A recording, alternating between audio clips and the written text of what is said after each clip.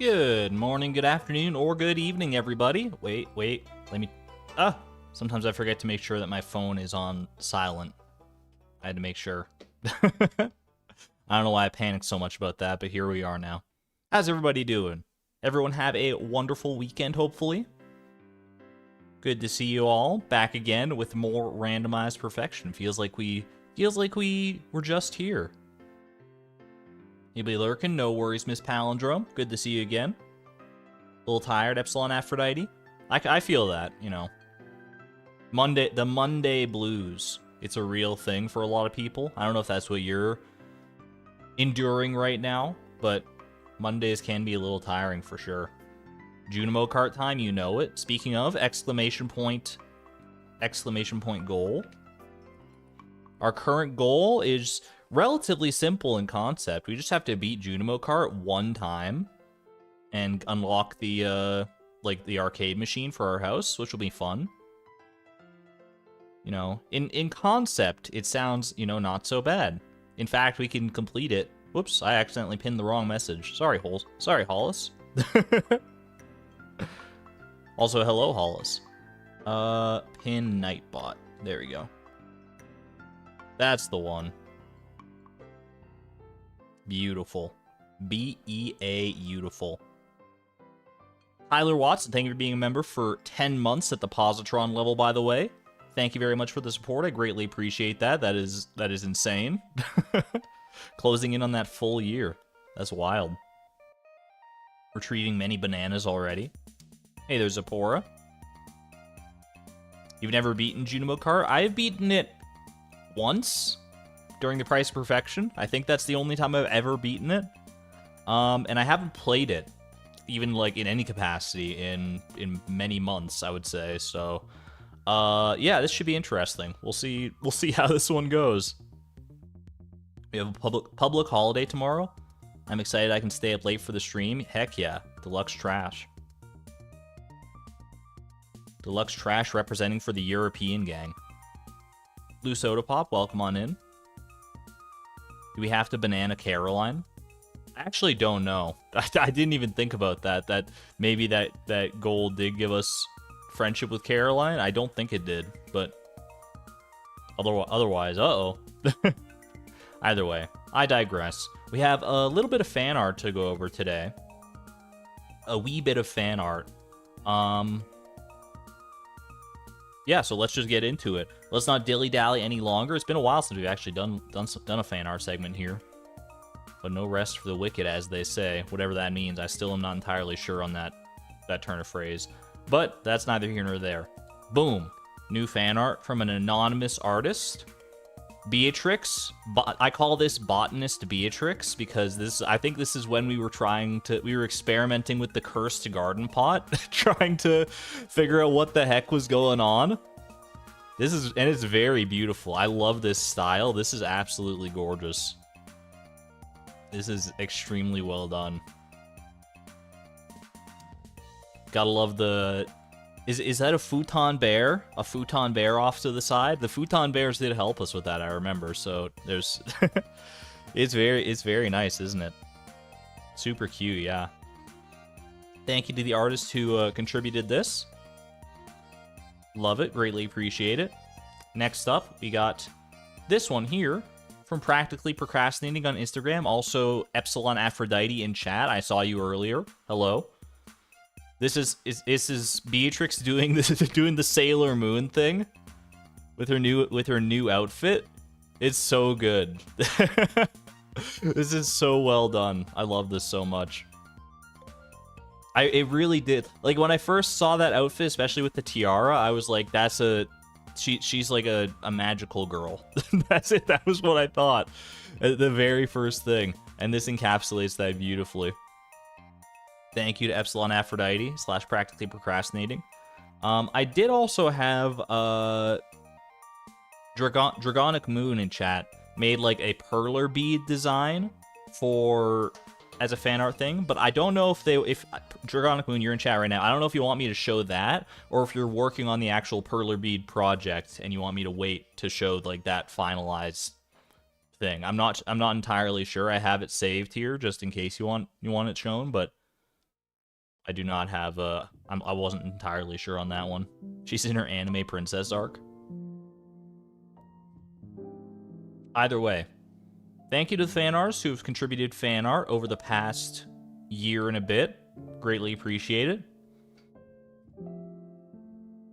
I can show the edit with Chloe. I can certainly pull that up. All right, thank you, Dragonic Moon, for the clarification. Thank you. And if you'd like to share your own fan art, by the way, !Discord. There's a link to the Discord in the description below the stream as well. Let me know how you want to be credited, if you want to be credited, and all that jazz. Speaking of, let me pull that one up from Dragonic Moon. The little Chloe edit. Let me see here. It should be... I just gotta find it now.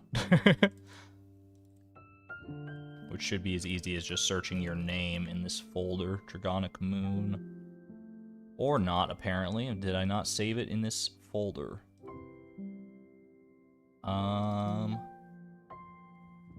Please mind the technical difficulties. We will show this fan art come heck or high water. Okay, this one here. So this is, let me, it's a little scuffed. Hold on a second. I gotta move this. Then we move this. Then we do this. Boom. So this will eventually be a Perler Beatified project by Dragonic Moon in chat, and Dragonic Moon in the Discord as well. I love this little scene. This is very cozy and cute. You got Chloe on the horse. Going to her... This is like her little vacation cottage or something like that. I love this. I just love this scene, and I feel like in Perler bead form, it's going to be even more beautiful. It's extremely well done. Very nice scene setting there, Dragonic Moon. Super cute, right? Heck yeah. Thank you again to all the fan artists. Greatly appreciated. It always boggles the mind how talented this community is. Alright. We will henceforth get into Stardew, but not before our stream time tradition. We gotta do a little puff hurdle here. Horse speedrun, Chloe. We did do the horse speedrun, I remember that.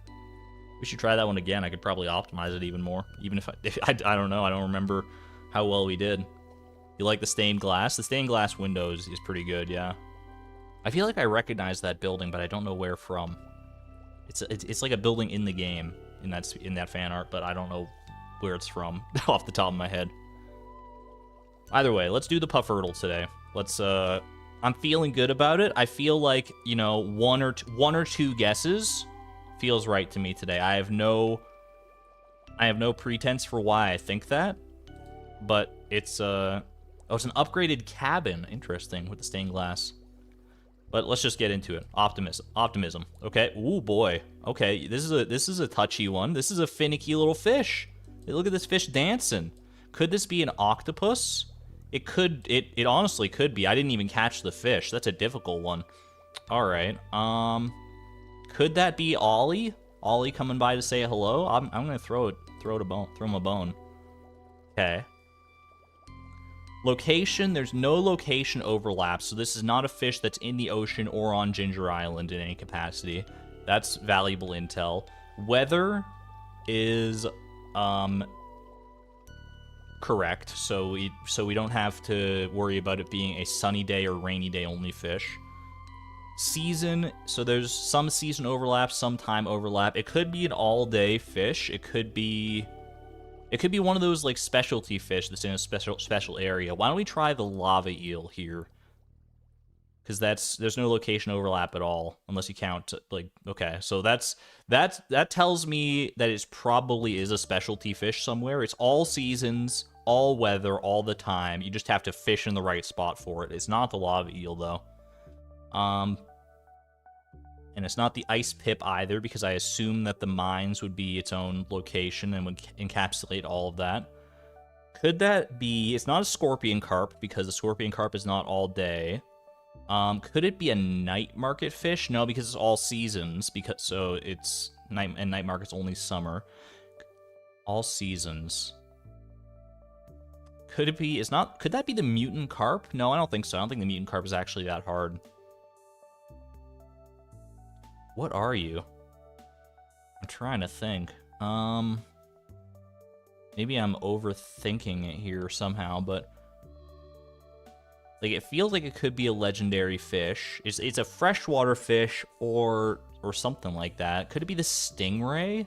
No, because, well, maybe. I don't know. Would Ginger Island and Pirate Cove be distinct areas, according to Herdle? I also don't think that the stingray is that difficult, though. That was like a tough fish. That was like a really tough fish.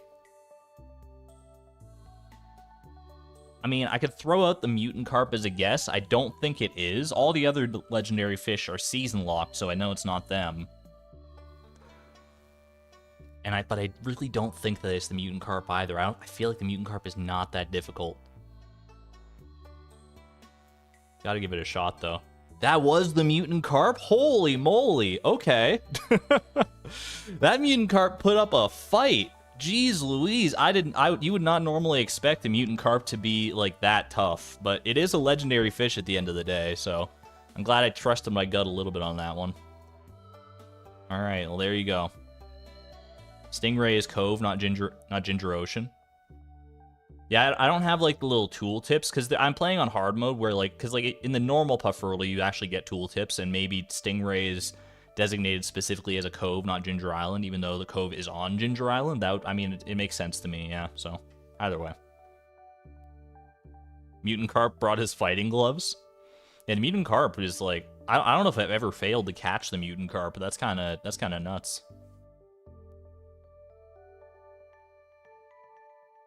And there we go. You just did your Puffertle and it was the angler? Did I click the daily, or did I did I click the wrong one? I don't know. Maybe I didn't click the daily. Maybe I clicked random by mistake. Either way, that was fun. Let me go ahead and hop on over to Stardew now. Hey there, Lainey. Good to see you. Lainey and Karita, welcome on in. The usual stream crowd has rolled in now, just in time for us to get into the actual game and start playing a little bit of Junimo Kart. I'm scared and I'm nervous. By the way, do you guys want to hear something fun? Do you want to hear a fun fact that I discovered, that I unearthed over the weekend? For the randomizer, so we haven't had a level up goal since goal number 10. Right? Goal 10 was our first and only so far level up, which means since we're on goal 43 now, we have gone 33 goals in a row from that point without a level up goal, which is awesome. And I was like, what's the likelihood of that? So I went in and did the math, and I dug into the randomizer. I broke it down. I was like, okay, what's the likelihood of this? I took into account all the factors of which goals are currently locked behind prerequisites, which goals got unlocked as we went along, and I did the whole big calculation, which was a pretty big calculation. And if my math is correct, the odds of us having only received this one level up goal and nothing else since then is 1.1%. We are living in a 1.1% randomizer world. And if our next goal is also not a level up, that will officially bring us below 1%. We'll be in a 0.97% world. Streamer luck? Streamer luck manifests in the strangest of ways. It's the best. So lucky, I know. It's not the smallest chance ever. It's not like an infinitesimally, unbelievably small chance, but still, 1.1%. You're not taking those odds most of the time. All right. I guess I should bring you into the actual game, huh? There we go. Load it on in. We got our Junimo Kart goal in the top left. Now we just have to... I mean, we can do it today. We can beat Junimo Kart today. We just have to wait for Gus to open is the crux of it. We were also doing this this Pierre's Prime Produce quest. We're pretty close. Crop Order's not the one. We just took that because of reasons. 20 22 out of 25. So we're, and I think today, no, today is not a harvest day. I think the 23rd is our next harvest day for wheat, if I remember where our schedule was at. So we're gonna have to wait on that. But oh, there's also Jaden here that should not be in here. Spotted that. That was a keen eye. I don't feel like I'm gonna need this complete breakfast. Well, I mean, I'll put it away for right now. I might need it, but I still have a couple. Well, I have 2 harvests left, right? 2 harvests left to get the one I need. So if we don't get all the wheat that we need on this final harvest, or on the second to last harvest here, I think we just use the complete breakfast on the final one to guarantee that we get all the gold quality stuff. And then we're vibing. Until then, though, what should we do?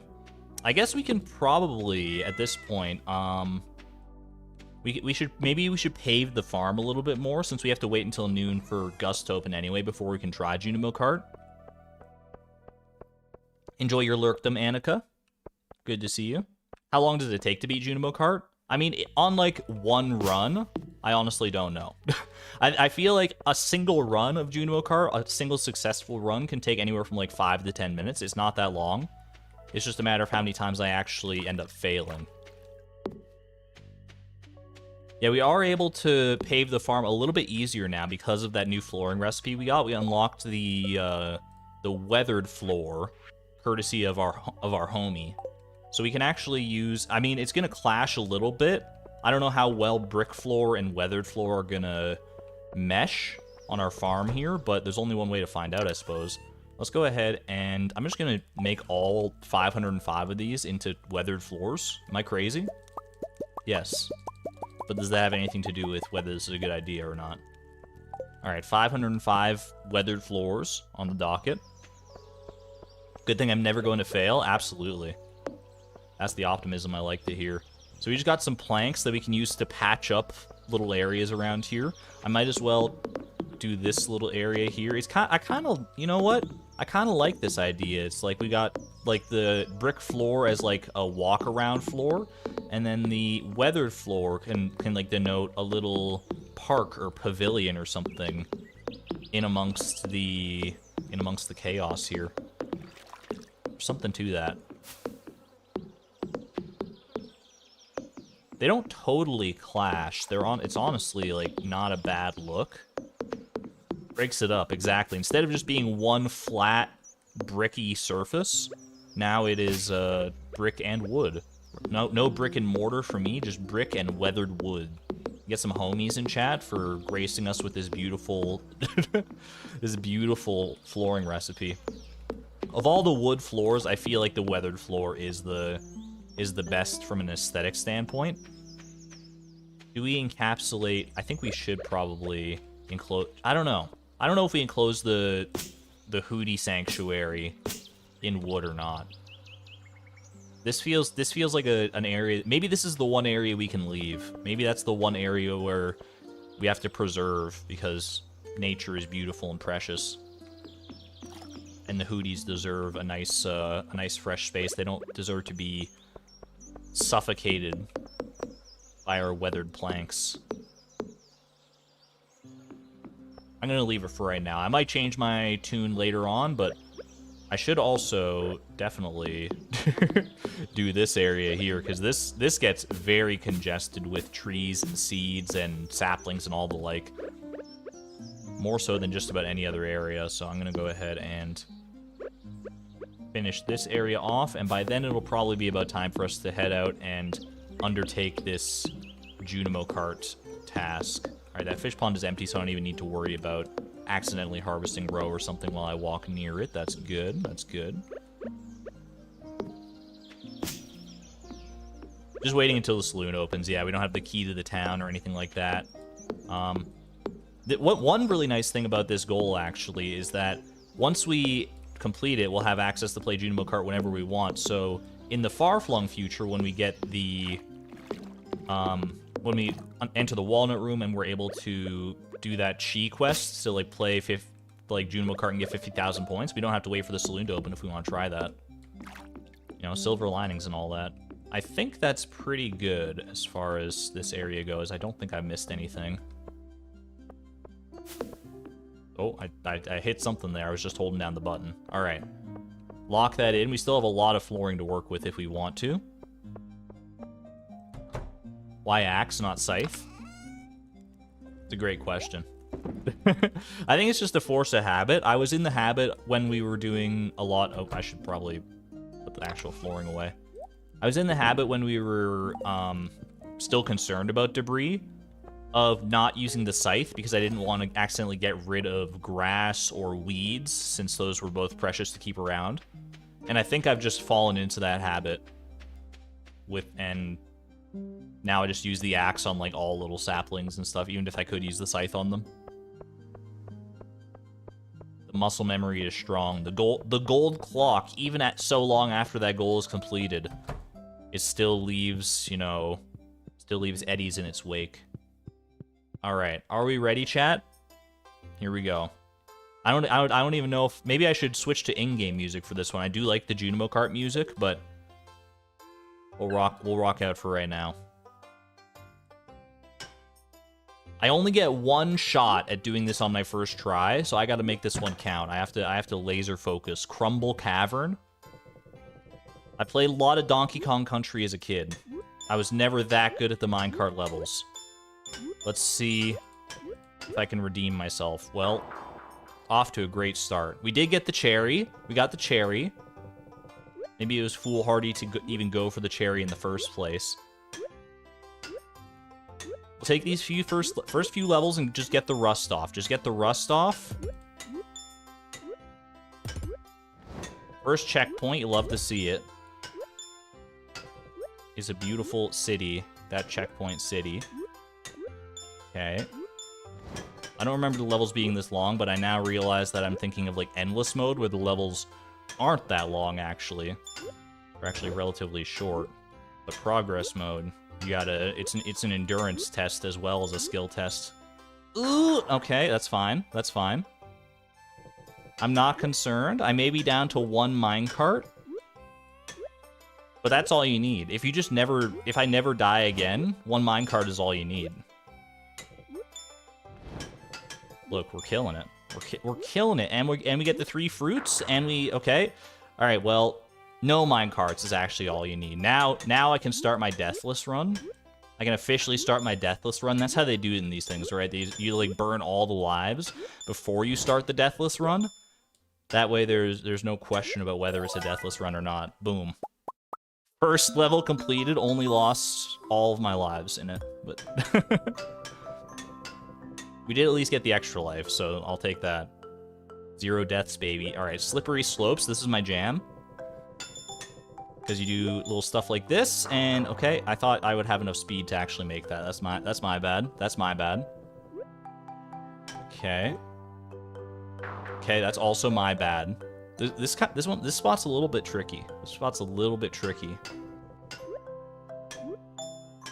And I'm not just saying that because I failed it twice and it was embarrassing. Okay, we got this. We got this. Ideally, I would like to save up, like, build up some lives with, like, the fruit and stuff for the actually difficult levels towards the end.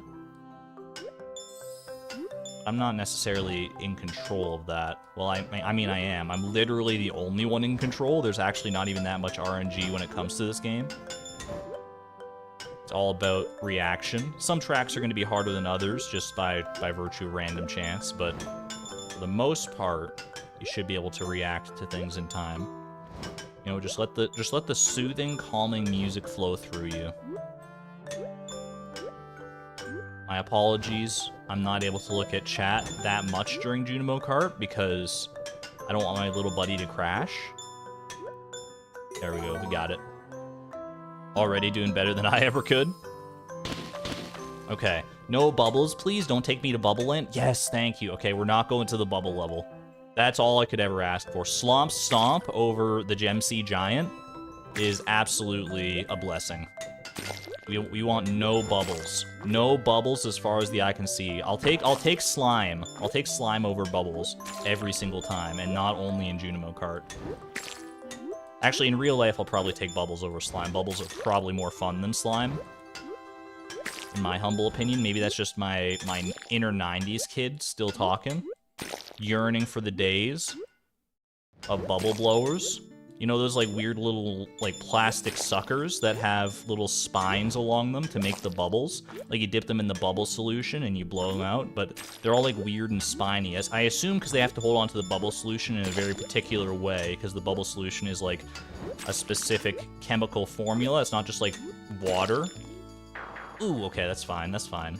Checkpoint's not that far behind here. Let's not make this... That is a tough jump. Hold on a minute. I'm gonna have to focus on this one. Enough talking about bubbles. We don't even have to worry about bubbles here. Okay. I mean, I'm burning my extra lives, but that's what they're there for. Is for tougher moments like that. All right, we got it. We got it. Slomp will not be stomping me today. Boom. See ya, chump. How I'm talking and playing, I don't know. Many years of practice. And honestly, sometimes talking... it helps me focus. All right, here we go. This is a tough one. This is where we get faster, right? Game gets faster in Ghastly Galleon. Yeah, we're considerably faster. Gotta watch out for those spook lights. That's what I like to call them. Little ghost light. Are we gonna make that? Ooh, just barely. All right, we made that too. Give me those checkpoints. 3 checkpoints back to back to back like that. I'm a little bit concerned when I see something like that, because it makes me think, like, they're, like, front-loading all these checkpoints, so I'm not going to see any in, like, the latter half when I actually might need them. But that's not really how the game works, either. Okay, focus up. We at least got rid of that barricade, which is nice. Focus. Focus. Ow. How do I focus? I don't know how you focus. You just... focus. Alright, we can still do this. We can still do this. No concern. No stress. My love for you was never in doubt. We'll get a little place in Harlem and we'll figure it out. I've been living without a family since I was a child. My mother left, my father died. Wait, scratch that, reverse it. I grew up buck wild, but I still see my mother's face that was real. As long as I'm alive, I swear to God you never feel so helpless. You know what? Sing. Maybe singing is the ticket here. A little karaoke stream. You're stressed? No stress. Didn't you hear me? No stress. I was channeling Alexander Hamilton. No stress. All right, here we go. Red Hot Roller Coaster. Not an easy level, but probably easier than Glowstream Grotto. That's for sure. All right, here we go. These narrow tracks are always a little spooky for that exact reason. We had an extra life to burn. I'm not concerned.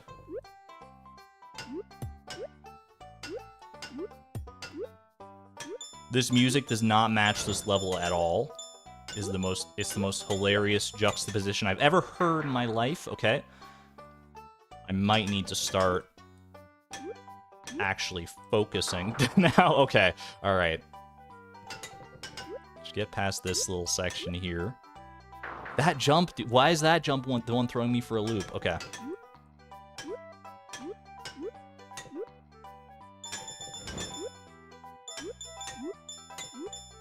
We're chilling. No. All right. You know what? That far, that's honestly a lot better than I could have hoped for my first run back at Junimo Kart. I didn't think I was getting past level 1 for a little bit there, but all right. Chalk it up. 1 Junimo Kart run down. Practice run. Exactly. That was our practice run. Now we can actually start our real run. Maybe we can get through these if we... Because, like, if you get through these first 2 levels fast enough, don't you just, like, skip a level? Like, you have to... I don't know what the exact time frame is, but if you're really fast about these first 2, then you can actually, like, skip all the way to, like, Ghastly Galleon or whatever it is. I think that would be extremely nice, because that skips the entire plausibility of even having to worry about the Gem Sea Giant, the bubble level, which any Junimo Kart player worth their salt will tell you. Gem Sea Giant is probably, like, the worst level you could get. I guess it probably isn't the hardest level, just because by virtue of the fact that you're not, like, going as fast as you are in the later levels. But the randomness of the bubbles just makes it all the more spooky. OMG, the buffer. Bertha is such a run killer. Is that the canonical name of the whale? I'm here for it. All right. To do this one fast, you have to do things like that. You have to do trick jumps off the ice in order to get through this one fast enough for the skip, I'm pretty sure. You have to do things like, ooh, like that. Exactly. You just have to have confidence in your little Junimo friend. And in yourself, in your left-clicking abilities. Get a little bit extra speed there. Get the orange as well. We're not missing any fruit, which is extremely nice so far. Okay. That's a little spooky, that area, but we made it. We made it. I'm not going to attempt Fade on this one. I might not get through this level fast enough. But gosh darn it if I'm not going to make an effort. Please, okay. Oh no! Right at the end, the last possible jump. I don't think that was fast enough. Maybe even just because of that last jump. That was rough. Was that good enough? No, it didn't skip. All right. We got Slomp Stomp though. We got Slomp Stomp. Literally at the very end. That was so sad. All right, it's fine. It's fine. We got the checkpoint. That's okay. That was a rough jump to start off Slomp Stomp with, but that just means that all the rest of the jumps will be smooth sailing. They couldn't possibly make 2 difficult jumps in the same level. It's not allowed. Pretty sure it's against the Geneva Convention.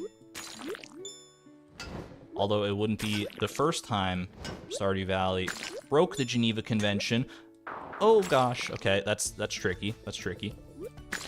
Give it to you. That's a tricky jump right there. That's a tricky. Am I able to just jump that entire thing? I feel like I'm not. Okay, I gotta actually. Okay, we got the barricade out of the way. It's all I could ask for. Wait, this is actual Junimo Kart music. Hold on a minute. It's not the right Junimo Kart music, but it is Junimo Kart music. That means this run is blessed. Case in point. Just finish it out. It's right there. Perfect. Perfect. Beautiful. Slomp, get out of here. Blood pressure. Yeah, that was an unusually cruel jump in the middle there. That you don't normally see jumps like that. Because I feel like if I just tried to jump the whole gap and the barricade at once, I would not have made it. So I feel like I had no choice but to break the barricade. But actually breaking the barricade was easier said than done. That's for darn sure. All right, stay on the top side here. As long as you can. I always feel a little bit more confident on the top side just because you have, like, it feels like you have more time to react to stuff. Because you have longer to fall. But maybe you just shouldn't fall at all. Maybe that's the ticket here. Okay. Not bad. Go under that guy. Under that guy. That's the hardest part of this one, is just knowing when to go under and when to go over. Because those spook lights, I think they just go in like a circle, but because you're moving into the circle with such lateral speed, it always feels like they're going in a bit of a, like, random pattern. Just keep my wits about me. We got an extra life off the coins there. If I could preserve that into the next level, I would be just oh so happy. There we go, alright. And we'll get an extra life from the fruit here. Not bad. Welcome back, Oceana. Just don't fall, exactly. Glow Shroom Grotto, alright. This is another notorious level. The glow shrooms. You gotta be on your A game with these shrooms. All right, that is a tough opening section. This could be a life burner if I'm not careful. Shoot. Okay. Just focus. Just focus. I just gotta get to the first checkpoint, wherever that might be. Not bad. Not bad. Please, sir. I just want one checkpoint. Okay, we got a checkpoint. Thank goodness. That was a little spooky. There's no guarantee of a checkpoint. I'm pretty sure you can make it through. You can, like, it's not likely, but you could, like, go an entire level without seeing one checkpoint. Okay. Just because I made the first checkpoint doesn't mean I can stop focusing, though.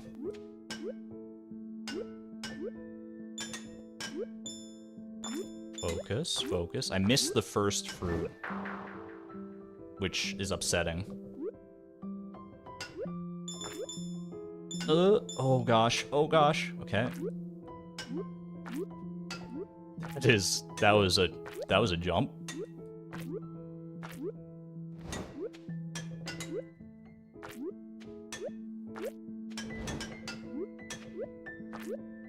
Boom, baby. Glowshroom Grotto.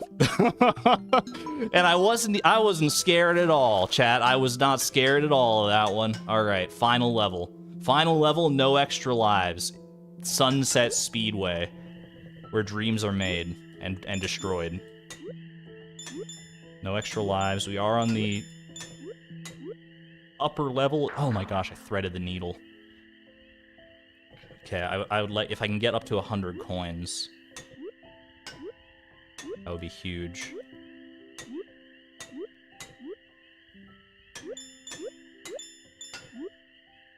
Make it? Okay, we got the checkpoint at least.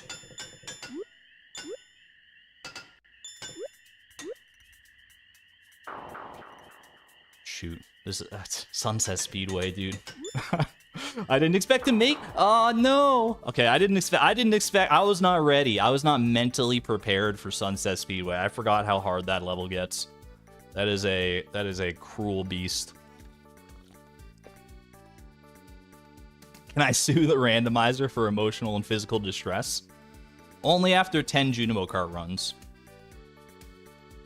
If I clear slippery slopes in under 60 seconds, you skip the Gem Sea Giant / Slomp Stomp and go directly to Ghastly Galleon. Thank you, Dark Mimi.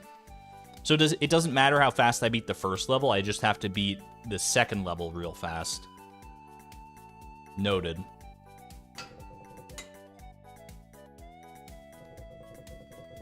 Or does it have to be 60 seconds from, like, the inception of the game? Because that would be crazy fast. I feel like that's not plausible.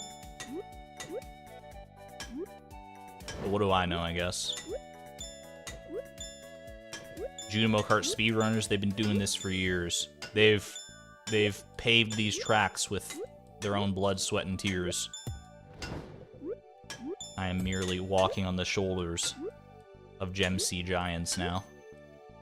I don't really know what I'm saying here, actually, because, you know, I didn't actually watch any Junimo Kart speedruns to learn any information. Maybe I should have. Maybe there's some, like, cool strategies I could actually be employing, but honestly, Junimo Kart, it's a one-button minigame.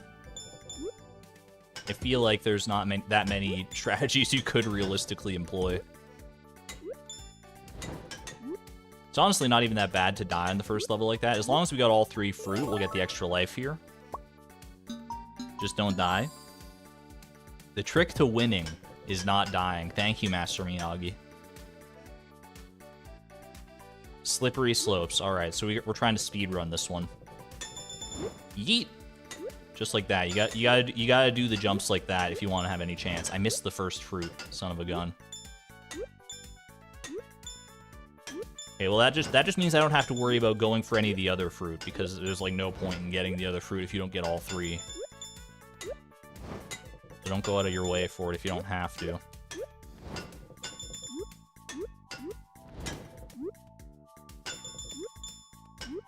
Okay, not bad. If anything, just go for the coins instead. Yeah, because you can get extra lives that way too.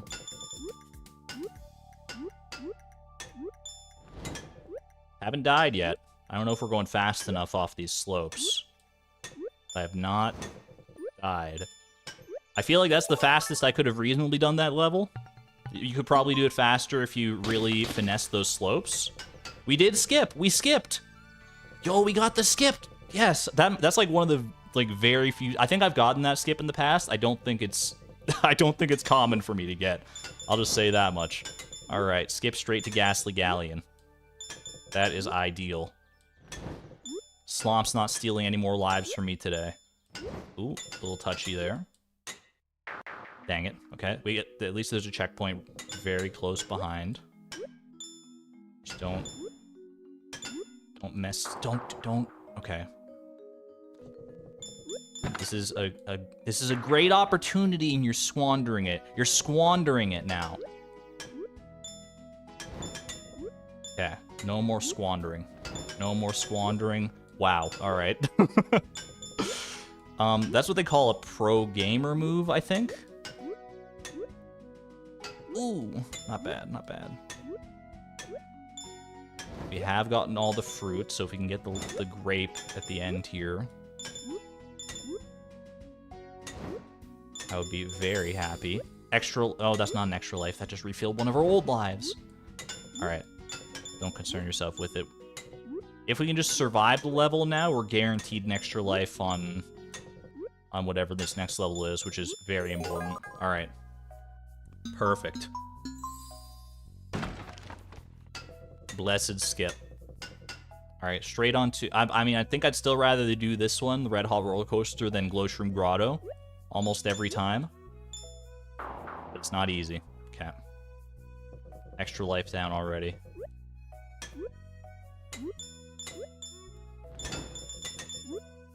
Need to just focus. Just... find your mind palace. Enter your mind palace.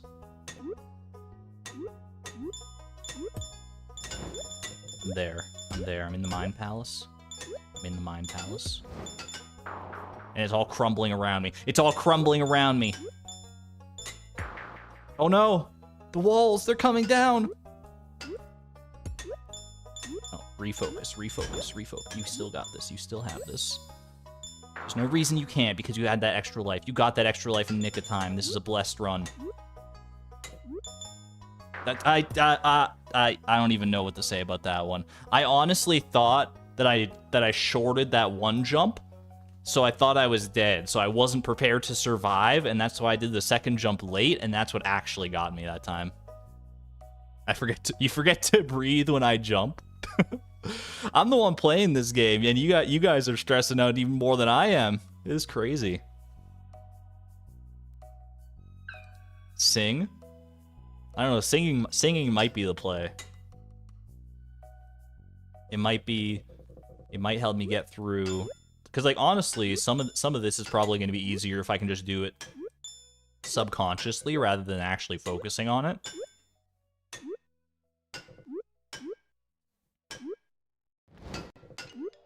It's weird how that works, right?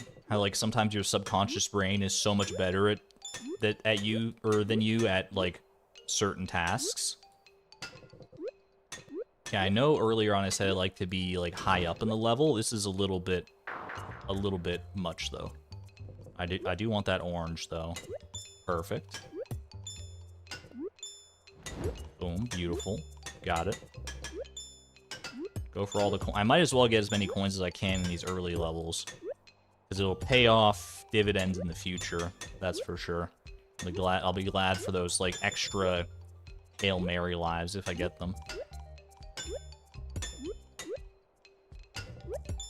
There's also always the chance of getting that bonus level, because like if you get every collectible without dying on level 1, then you get a bonus level, don't you? I think it does mean you skip level 2 though. So like that could mean that you have to do Gem Sea Giant or Slomp Stomp instead. Which I am not necessarily here for.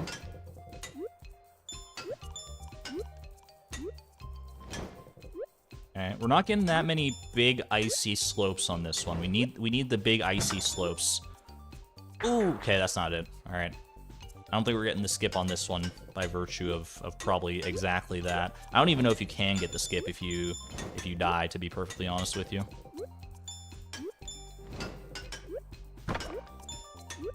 But I'll try my darndest all the same. Wow, alright. Definitely not getting it now. These barricades, dude. These barricades on this level are brutal today. Ooh, I love that extra life sound. Wow. Dude, I just coasted that entire track.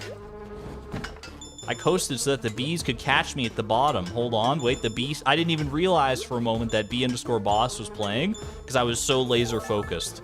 Dude, you can't give me B-Boss this early on, though. Wait, maybe it's perfect timing. Maybe I need B-Boss because I'm going to Gem Sea Giant. No, I'm not going to Gem Sea Giant, but I'm going to Slomp Stomp, which can be just as difficult sometimes. So let's let the bees flow through you. Not like that. The bees are displeased at that one. Don't displease the bees. All right, we got the cherry. We got the cherry.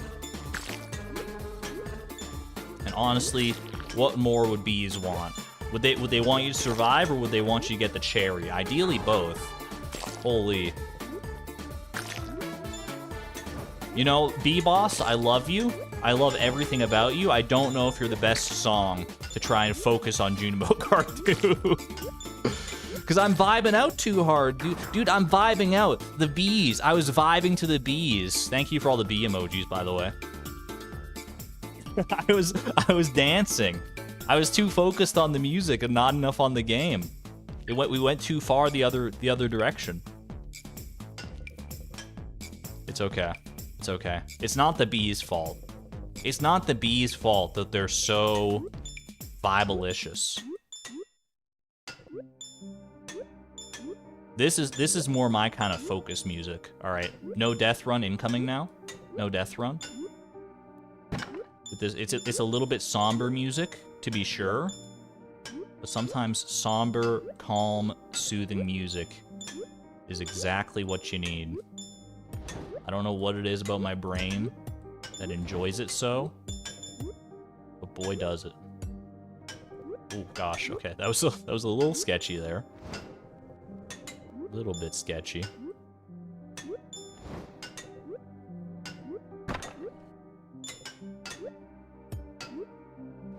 Fruit me. Did I like break the game somehow? Because I feel like I'm like isn't there normally like a little like chompy sound when you get a fruit? I feel like I've not been hearing that chompy sound. Maybe that's part of the music. I don't know. Because I have the music turned off in game, so but I thought I was hearing it earlier. Go little Junimo buddy. Thanks for the vote of confidence. Blue soda pop.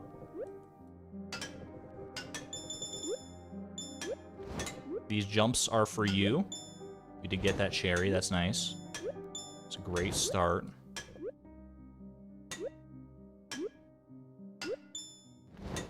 I have an extra life. When I have an extra life, I feel like I should prioritize surviving over getting more fruit. Because, like, yes, getting all 3 fruit obviously nets you an extra life in and of itself. But if you die in the pursuit of getting that extra fruit, I should have jumped off that big slope, by the way. That's on me. Then it's like a net loss, or at the very best, in the very best case scenario, it is like net zero lives. There's no reason for not to have gotten that fruit, to be fair, but at least I didn't die in the process. All right, great checkpoint right there. Can we go back to B-Boss? I missed it. Sorry, Leap-A-Lot. I am presently preoccupied with the Gem Sea Giant. Hello, by the way, Leap. Exclamation point Leap in chat. The Gem Sea Giant. It's the first appearance of this whale all stream. Will it be the last? I certainly hope so.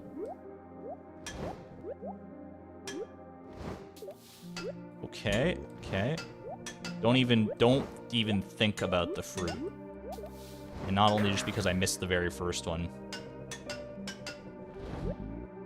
Those bubbles, dude. Those freaking bubbles. Okay, we're good. We're good. Dodge, duck, dip, dive, and dodge. If you can dodge a wrench, you can dodge a bubble. I guess I'm dodging neither. It's alright. We had the lives to burn on this level. We actually saved up quite a few. I would have liked to save them for future levels as well, ideally. Okay, checkpoint get. But if you're getting Gem Sea Giant, you gotta expect to burn, like, at least a few of your lives.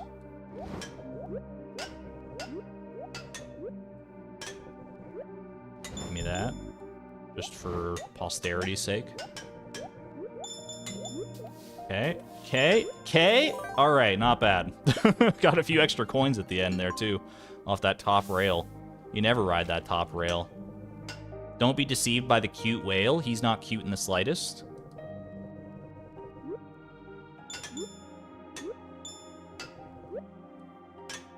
Bro, Ghastly Galleon is not messing around. Do you see this opening section? This is like one hard. That's a tough jump right there. Maybe it's not. Maybe I just like don't jump at all. Maybe I just ride off onto the next rail.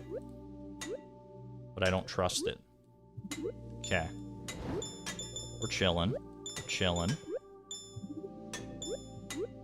Close to an extra life via coins as well, which could help see us through this level.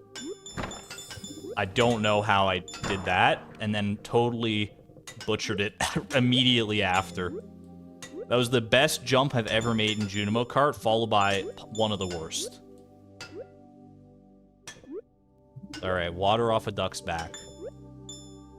Bubbles off a whale's back, as the saying goes.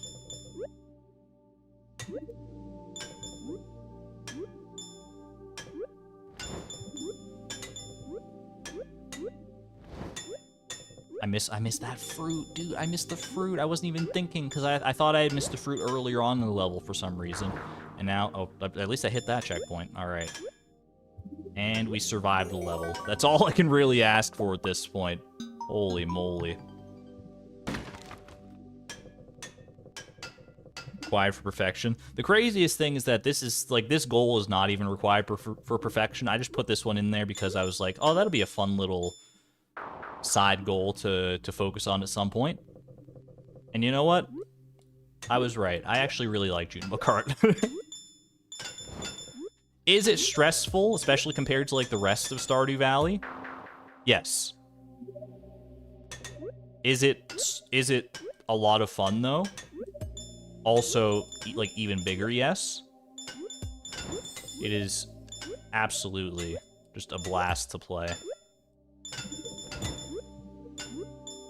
It scratches that platformer itch that I so desperately need to scratch from time to time. And that you seldom get the chance to in Stardew. Okay, focus. This is a long stretch without a checkpoint. I really gotta focus on this one.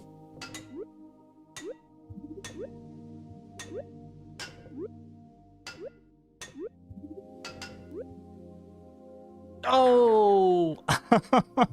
No! I sounded like a kid from the Christmas Story for a second there. Oh, jeez. Aren't side goals meant to be done in parallel with the main goals? True. True.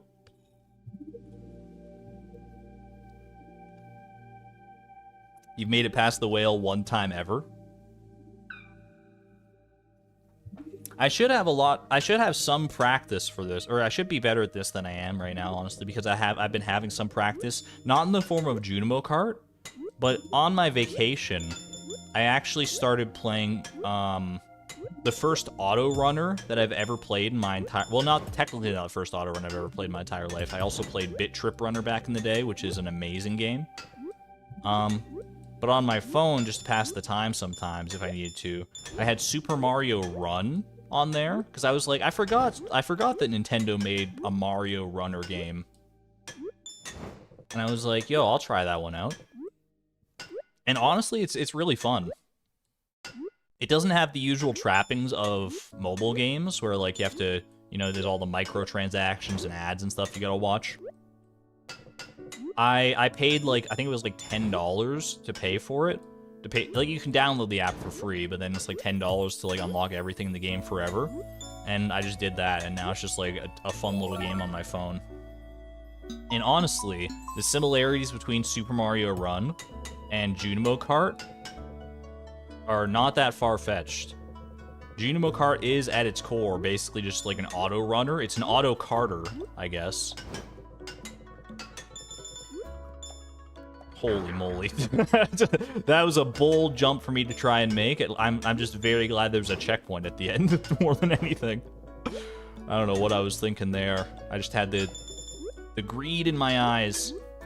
The greed for speed. Ooh, all the fruit, no! Okay, it's fine. It's fine, we're hitting checkpoints. This is a fast level. If we can still hit the skip, even with deaths, I think this is like the best chance we could have to possibly do that. Because we schmoovin'. We are schmoovin' and zooming.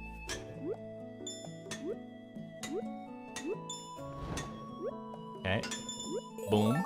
Done. I don't think that was fast enough, honestly. Is upgrade the house a goal? Thankfully not. Yo, we did get the skip. That must have been by, like, the hair of our Junimo's little head. Junimo trying to fly right now, and you know what? He succeeded. He believed he could fly, and my dude, he touched the sky. He thinks about it every night and day. Spreads his little Junimo arms and flies away. Okay, watch the little ghost lights. That's spooky.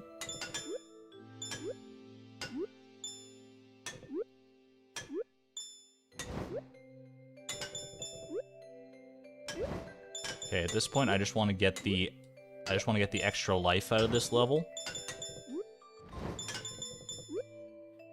And honestly, if I could set myself up nicely, I don't want to get 100 coins on this level. I want to, like, get myself right at the precipice of 100 coins, and then get it on the next level. If I can finesse that, I'll be pretty happy. I'm not going to necessarily try to finesse it. And we didn't. Oh, yeah, because the fruit gives you 10 coins. I forgot about that. All right, that's fine. Just get as many coins as you can at this point, then. And hope and pray that the next level is just jam-packed with them. Yeah, I always forget that the fruit has actually, like, gives you coins. Alright, Glowshroom Grotto. I mean, I say that this is the harder of the two possible levels at this point. That said, I've only made it to the final level so far today, off the back of Glowshroom Grotto.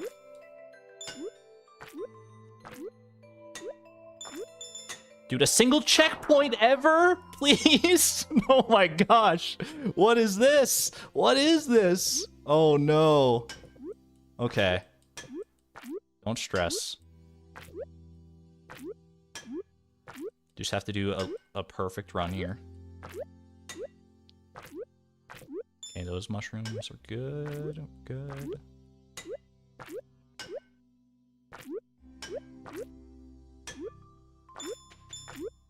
Dude, literally, ever a checkpoint? I'm screaming. What is happening in this? What is this? Look at that! Whoa! I was talking earlier that you could get a whole level without even one checkpoint. Honestly, I didn't even know if I believed it myself, but here we are, I guess. Alright, it's fine. If you just get further every single run, nothing can stop you.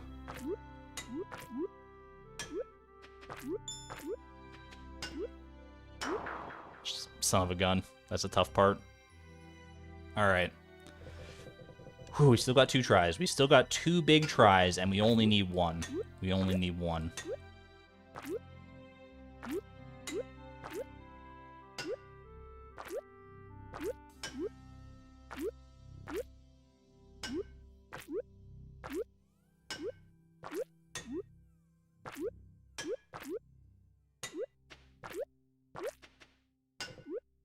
Mushrooms! Those poison mushrooms are doing me so dirty. Oh my goodness. Alright.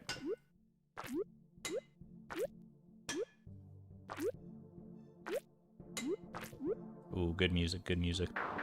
Good music, bad timing. Oh, my farm for a checkpoint. You're not kidding. I'm not in the habit of blaming games.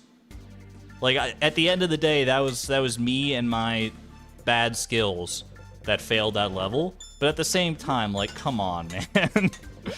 That was like, I made it like 75% of the way through that level and didn't get 1 checkpoint. I gotta feel like at a certain point, you know, this is a 2-way street game, and you're not pulling you're not meeting me halfway here. I don't even ask you to meet me halfway. If you meet me 75% of the way and give me a checkpoint at that 75% mark, I would have been like, heck yeah, dude. Thank you. But no, you couldn't even, you're like 100% or bust? That's a little much. even for my challenge-oriented brain.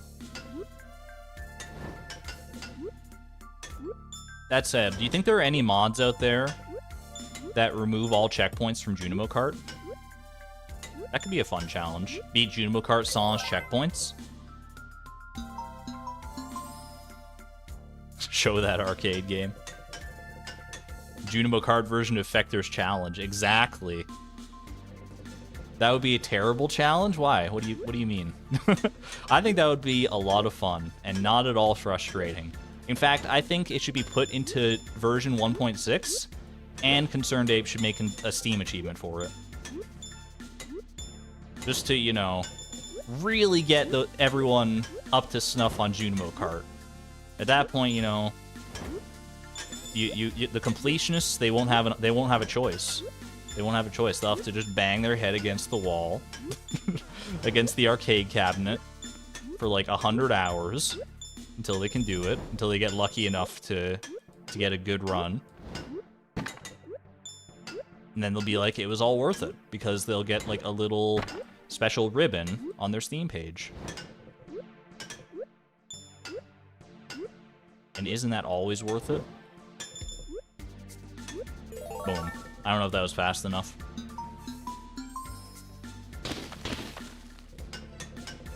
I'm gonna get people in my house with torches with this one. If I could wish one thing into the game, honestly, make Junimo Kart harder. Why not? I'll be the heel on this one. Junimo Kart isn't hard enough. Checkpoints? It's not even realistic, dude. How did these little lanterns, like, let you respawn halfway through the track? Does Concerned Ape know how a real minecart system works? I don't think so.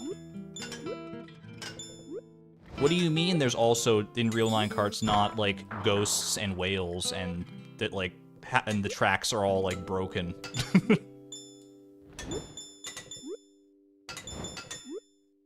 Maybe not in the minecarts you've seen. Oh, geez. All right. I'm burning too many lives now. I still have 5, which is pretty crazy. But that doesn't mean I should be frivolous with them.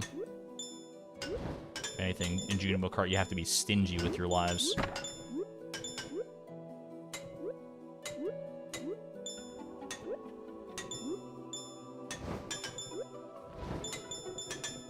Okay.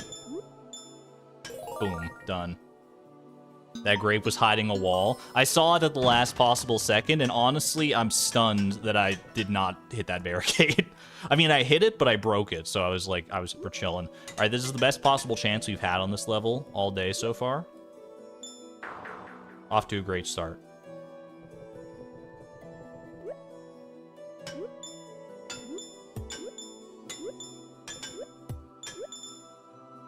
Okay.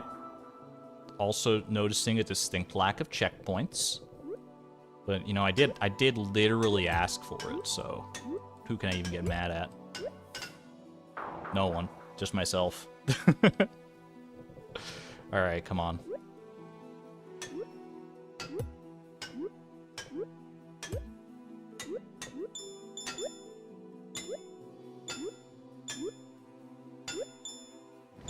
Oh no, a checkpoint. I wanted hard mode. Dude, this run's not even valid anymore. Rip. Aw. Well, I'll take it, I guess. Ooh, we got an extra coin out of the deal.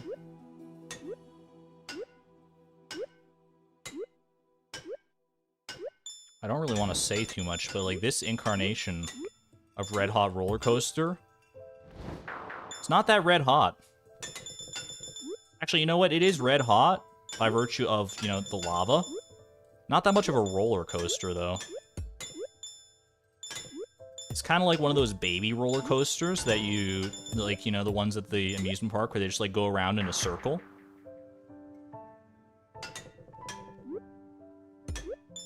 Show me something...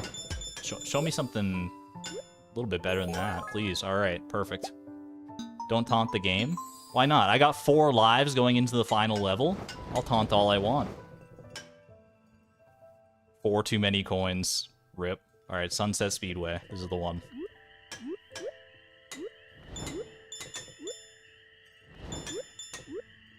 strong checkpoint game to start with.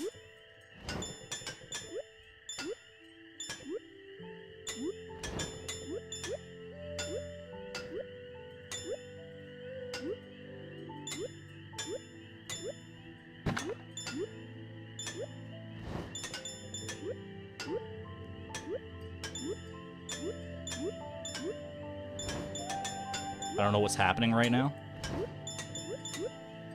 Okay, that's more like it. All right. Whew.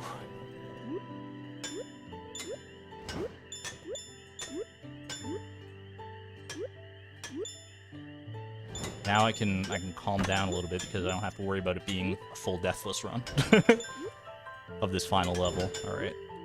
Honestly, pretty. Okay. We got the checkpoint. Oh my god. Oh my gosh. No, don't do it to me. Not now. Not here, not now, please.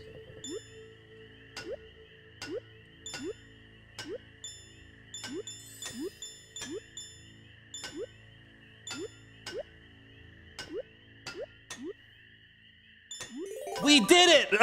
Oh, that was like sub 10 attempts. Hold on a minute. Oh, not bad. Not bad. All right. Easy. That was a pretty... I'm not gonna, you know, I'm not gonna underplay my own skill. I think I still needed to play out of my mind a little bit at the end there. Oh, look at all the happy Junimos. I love that dark blue Junimo. You never see that guy anywhere. Beating that game was worth it just for that. Yo, the only time in the entire game that you actually get an in-game message for completing a randomizer goal, you beat Junimo Kart. Heck yeah, dude.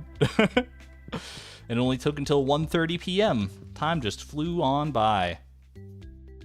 That's my second time, I think, ever beating Junimo Kart. I'll take it. Yeah, that final level, I've seen a lot worse layouts for Sunset Speedway, so I'm happy that we had an easy one at the end there. Not that it's ever easy, but it is, that was on the easier side. Yo, you just got here for that? Welcome on in, Switch Glitch. Perfect timing. Honestly, the best prize of that is that I get to look at chat now again. I missed it, do it again. Sure thing. Just for you, Sugar Prince. I'll do it again tomorrow once I get my Junimo Kart arcade system at home. Sipping your grapes worked? Yo, thank you, Laney. Anyone else feel like we got robbed on that last level, though, of that one grape? Did you see, like, the grape and the checkpoint were right on top of each other? But when I respawned at the checkpoint, I didn't get the grape? I feel like I got robbed a little bit there. Alright. I won't consider this goal complete until I wake up tomorrow and see my Junimo Kart arcade system in the mail. Before that, though, let's celebrate with a little Sandy shirt here. And then we will... and we'll roll a new goal, I guess. I got a very cheeky checkpoint. That's true. I mean, you know, Junimo Kart giveth and Junimo Kart taketh away. Lime green striped shirt. A lime green shirt with white stripes. Makes me think of a nice lime ice cream cone on a hot summer's day. Lime sherbet. Lime sherbet, maybe. Is it really completed unless I get the secret level? Clawtooth? Don't tempt me. Don't tempt me. You know what that kind of discourse can do around here. It's like, all right, you know what? You got me. I didn't beat the secret level. Guess I gotta go back and do it again. Reset the day. All right. Love sherbet. How well does this match our current outfit? Honestly, not that bad. It actually matches the Tropiclip pretty well, because that's green and blue right there. I'm kind of here for it. I still think the purple shirt's a bit of a better fit there, but... Slay, OMG. My thoughts exactly, Blaine. Alright. I'll ban myself if you do. Alright, lock it in. Day done. Let's go. Junimo Kart has been conquered. And as proof... We need look no further than our own mailbox, right? I hope. Congratulations, you beat all the levels in Junimo Kart. You're actually the first person in the entire Ferngale Republic to do so. Maybe that's a sign you should make the game easier, actually. Maybe that's a sign of game design. Your prize, a home version of Junimo Kart. But for me, you can make it harder. Just take out all the checkpoints, because clearly I'm good enough for it. Junimo Kart arcade system. I'm taking this in. It's so beautiful. I'm going to put it in my gamer room. This is my gamer room right here. This is total. If Beatrix were a YouTuber, this is totally like her set for her videos. Like, she'd set up her camera, sit on this cool looking couch. She'd have her like arcade systems and stuff in the background. Yo, we can definitely build that up. Beatrix's gamer streamer room. Now it needs a friend. Incoming Beat Fector's challenge. All right, I will roll a new goal as soon as I deal with this ancient fruit wine because it is bothering me. Beautiful. Home attempt? I think the people have seen enough Junimo Kart for one day. That was like a good hour of Junimo Kart. Not that bad, but you know, long enough. I think we all got our fill. All right. And this is a great song to celebrate too, honestly. This is like Kazoom Light is what I think of this song as. I hear this song and I get Kazoom vibes, but it's not quite up to the bombastic level that Kazoom is. Still really good though. All right. Let me pop you on over here for a second, and then we'll head over to the randomizer. Level, level, level. All right. Here we go. Beat Junimo Kart? It was a decent challenge. You know what, randomizer? More goals like that are just a decent challenge I can knock out in an hour or so. And I'll be loving life. I'm also gonna real quick hop over before I finish this goal off. I'm gonna grab my little notepad. Grab it. Where is it? Right here. Yep. All right. Junimo Kart, just so I can mark down the goals in order, because I'm feeling a wave of goals coming on right now. I'm feeling like we're in for a marathon session of goals, the likes of which we've never seen. A single level, please. Finish goal. Get it done. Get it out of here. No active goal. 7.6%.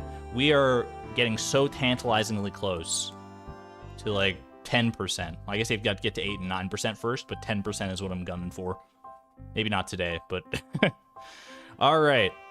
A level up goal would be amazing. For those who weren't here earlier in the stream when I was talking about this, I did the math.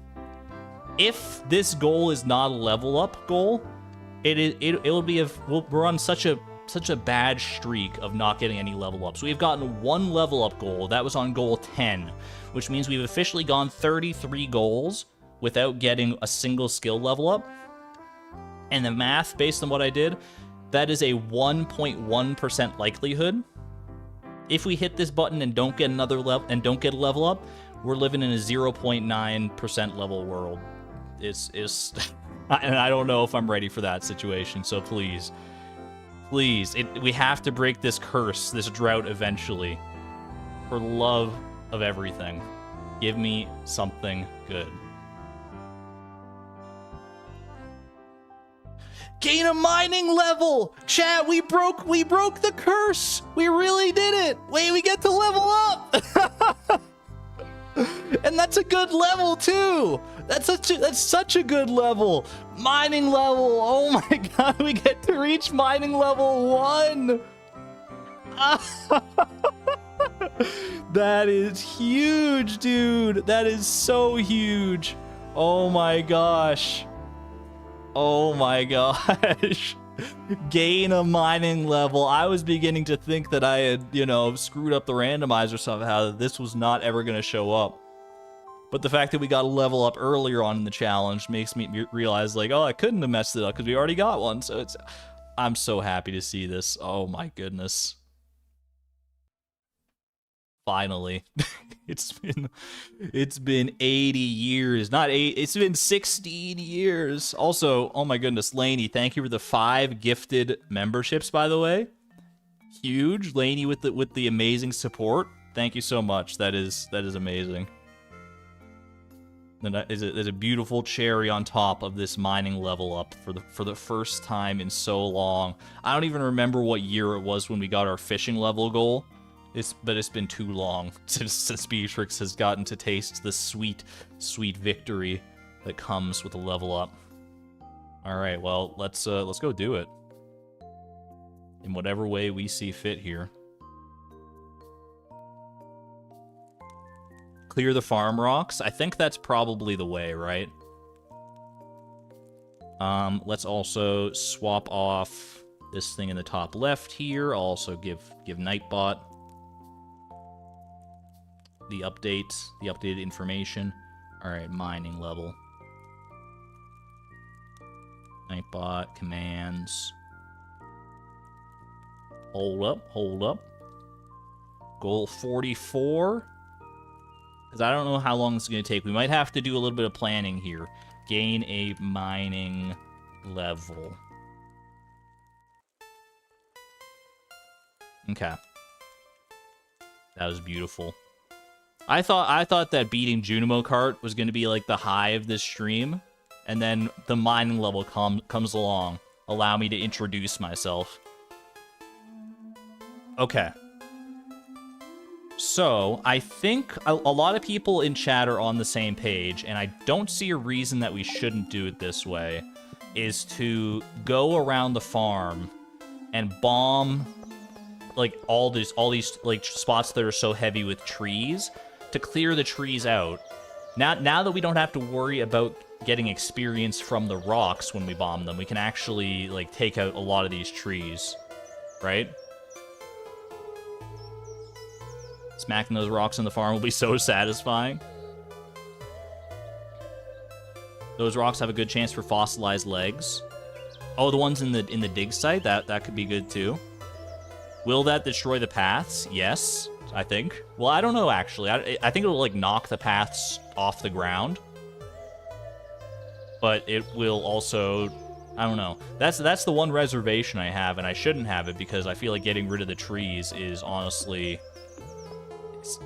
It's a pretty good idea.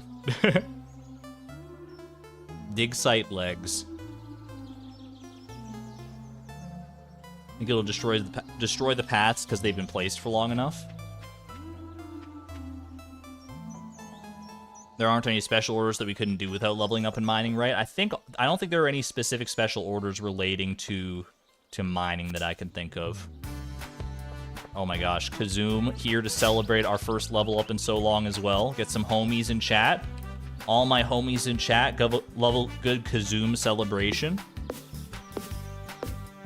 Wasn't the secret woods fully blocked? That's a good point. There are rocks at the secret woods that we could try. Okay, maybe this isn't as clear-cut as I thought. Because honestly, here's the thing. Here's the thing. I do think getting rid of a lot of these trees would be a smart move, and trying to bomb them and get rid of them would be a good idea. I don't think it's a bad idea, number one. And I'm hoping that people will be open to other suggestions because they're in a good mood with Kazoom. Best time for this song, honestly. It's like, this is such a celebration of the drought being over. Oh my gosh. I was gonna say, we have paths now, and we actually have, like, the weathered floor is actually a really easy path to make. For instance, I can make 4 of them right now, and I can just put them around. So we don't need to worry that much about the trees anymore. I feel like we can commit more... I feel like we should commit our mining experience a bit more tactically than just getting rid of the rocks on the farm. If we do, I feel okay with actually just mining the rocks directly rather than bombing them, because bombing them, number one, it like destroys a bunch of flooring. Number two, I'm gonna have to like finesse the heck out of it, because like some of these trees will inevitably have been pre-chopped at some point, because I just like accidentally misclicked at some point in the past, and that'll cause a whole big headache. I feel like it's a lot of unnecessary frustration potential. It would be good in the end to have a nice clear farm, but at the same time, the pathing I feel like is a totally fine solution to this as well. We can do a little patch right there, because why not? Don't do any manual chopping, just use an excess of bombs. Well, we'll talk about that when we have to worry about a foraging level up, I think. Also, I should check the silos. I haven't checked the silos in a hot minute, I don't think. What are we up to? 418? I'll fill that up. Crowded farm gives character. Empty farm is just so sad. I didn't want to be the one to say it, so thank you, Tess, for bringing it up. I do, that's honestly kind of weighing into my decision here. I don't know if it's some element of, you know, Stockholm syndrome or what, but honestly, I've kind of grown to love this overgrown look we have on the farm here. and getting rid of all the trees would be so sad. It's like, yes, obviously they cause a lot of problems for me and having to like go around chopping seeds every so often, but at the same time, like, these trees are their own character at this point. Some trees gone, not all. Yeah, but I mean, how do you decide which ones? There's so many, and I don't want to say goodbye to any of them just yet. Look at all these mushroom trees, by the way. I didn't even realize how many we had of them until I started looking here.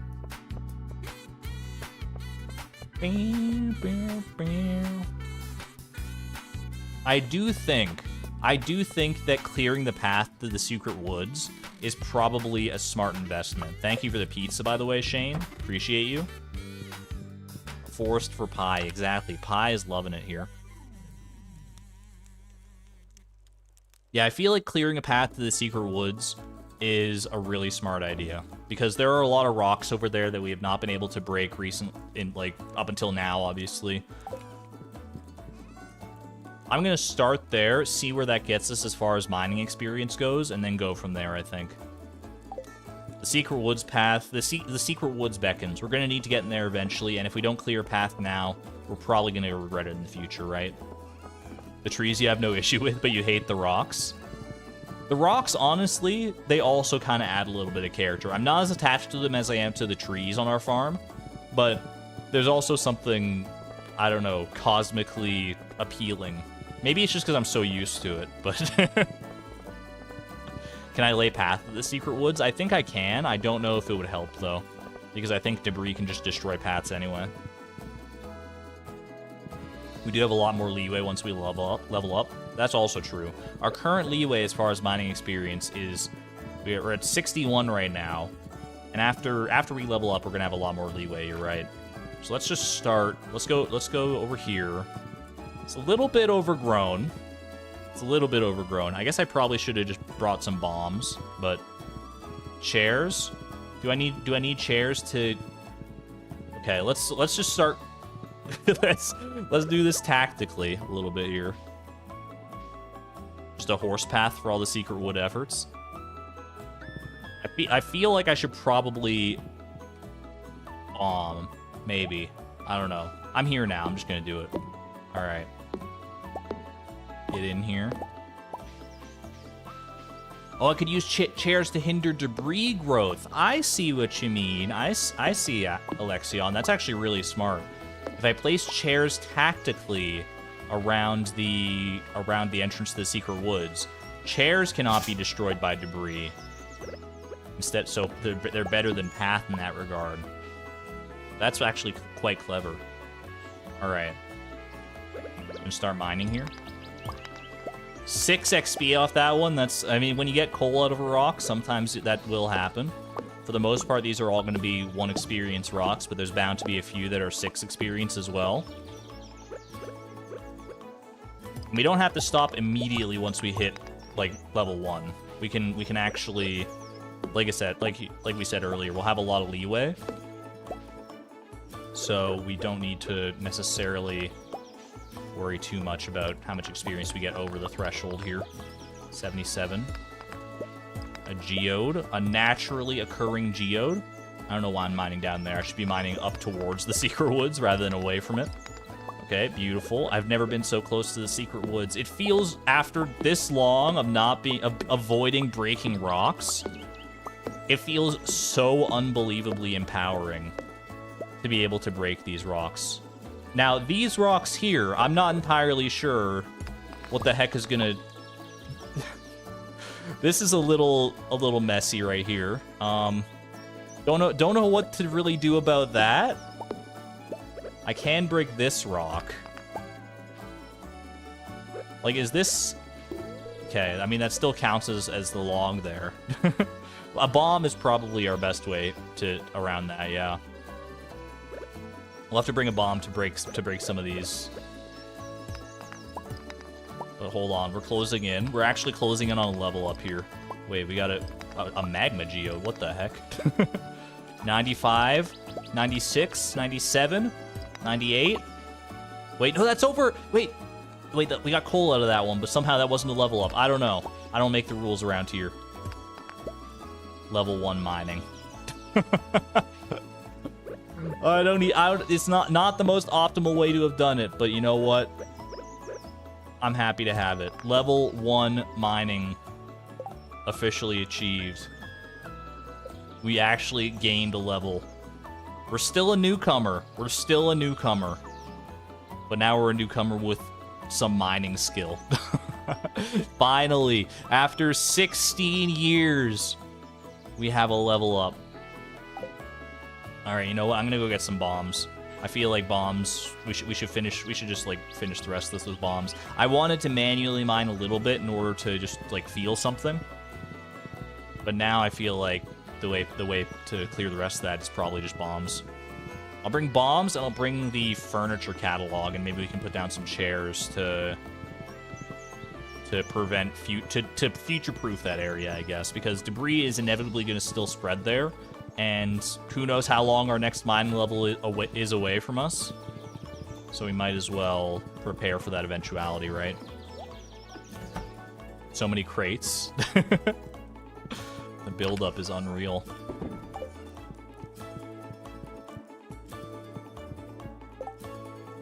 Want to save some of that XP for getting a main iota path, okay, on the farm. We still have a lot of XP we can use, because don't forget, we can, like, work our way towards level 2. As long as we don't hit level 2, we're good. So we have, like, 280 experience to work with, which is a lot better than the 100 flat that we had to work with before. Alright. I'm just going to bring cherry bombs to do a little bit of finesse bombing here. And then Futon Bear, thank you for your service. I'm just going to put you to the side for a moment while I bring this with me. Honestly, I'm going to... Do I lock in the day and then go back down and finish it off? I think I will. I don't want to do this in the dark. Not that it would be that dark with the glow ring and stuff, but... I'm just going to lock in the day here. Next goal before I use too much XP. Honestly, Ellen, that's probably a pretty good idea. We should probably roll our next goal just to see what we're looking at before we commit to anything else. And then we'll have a really good idea. Because, like, the next goal could just be another mining level up. Either way, I'm going to lock this in. Oh, God. Dude, I'm so used to just sleeping and waking up. I legitimately, like, flinched back in my chair. I was so scared. In level 1 mining. Maybe we can craft cherry bombs. Well, we can't because we have to get the gold to craft cherry bombs. After 16 years, cherry bombs. Oh my gosh. Happy October, everybody, with the jump scare. All right. Yeah, I still want to go finish off that path to the secret woods, but I do think it's in our best interest here to probably roll another goal. What do you say? Yeah, we have now unlocked the goal to craft cherry bombs. Our next goal could be craft cherry bombs. I would be down for that. Infinite cherry bombs without having to spend any money on it. Honestly, I'd probably still just buy the cherry bombs anyway, because I've got way more money than I do materials, but... Alright, let me send you over here. And... hop on over to the randomizer again. Another level? Let's not get greedy now. Like, we've gotten the level up goal we were asking for. Everybody say thank you, randomizer. Thank you, RNG gods. Thank you, Yoba, whoever's controlling this darn thing. Thank you for hearing our wishes and our prayers. And let's not get greedy. It's given us 1 now. Now we'll happily wait 30 more goals for the next one. Because you know what? We've seen what that's like already. We know we can do it. All right. Gain a mining level. Finish that one up. 44. 7.8% of the way there. What could the next one be? I don't even know what to ask for at this point. I mean, you know, do I ask for anything? We asked, and the randomizer gave. Not only did it give us a level up, it gave us probably one of the best level ups we could have gotten. I feel like mining or foraging were probably like the 2 best level ups we could hope to get. Farming is not bad. Combat's kind of whatever. Fishing is also a little whatever. Either way. Let's see what we got. Roll it. Upgrade the pickaxe. There's something so hilarious about that. There is something actually so hilarious about that. It's like, yo, you got your first mining level. I think you're more than experienced now. Let's get you an upgraded pickaxe for the future of this challenge. A level up into a tool upgrade? What did we do to deserve this? Holy moly, that is so beautiful. All right, let me write that down. Pickaxe upgrade. Copper pickaxe incoming. Can't believe it. It doesn't even feel real right now. I'm having like the same kind of like surreal chills down my spine that I had when I like got like the golden clock completed. It's like, like these goals actually exist. They're not merely figments of my imagination. Next episode, we're just playing actual Minecraft. All right. Let me set up Nightbot here. Upgrade the pickaxe. Randomizer's feeling like we've been slacking on our mining lately, and it's trying to make up for it in the best way possible. All right. Bring you on in. Gain in mining level. We just did that. Let me swap this around.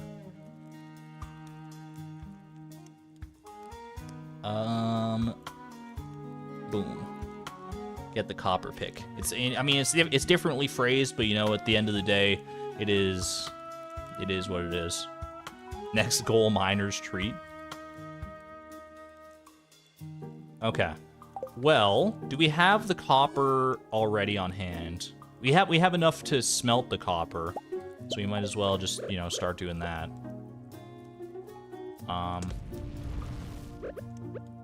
Maybe I should bring this furnace with me, actually. Also, you know what today is? Is also harvest day for our wheat, I'm pretty sure. I think, yeah, I hear the Junimos doing their little tisks down here, harvesting our wheat. So maybe we can also finish off Pierre's prime produce today if we get lucky with it. Let's see what we got. Ooh, the golden wheat, the golden fields of wheat. Lest we forget.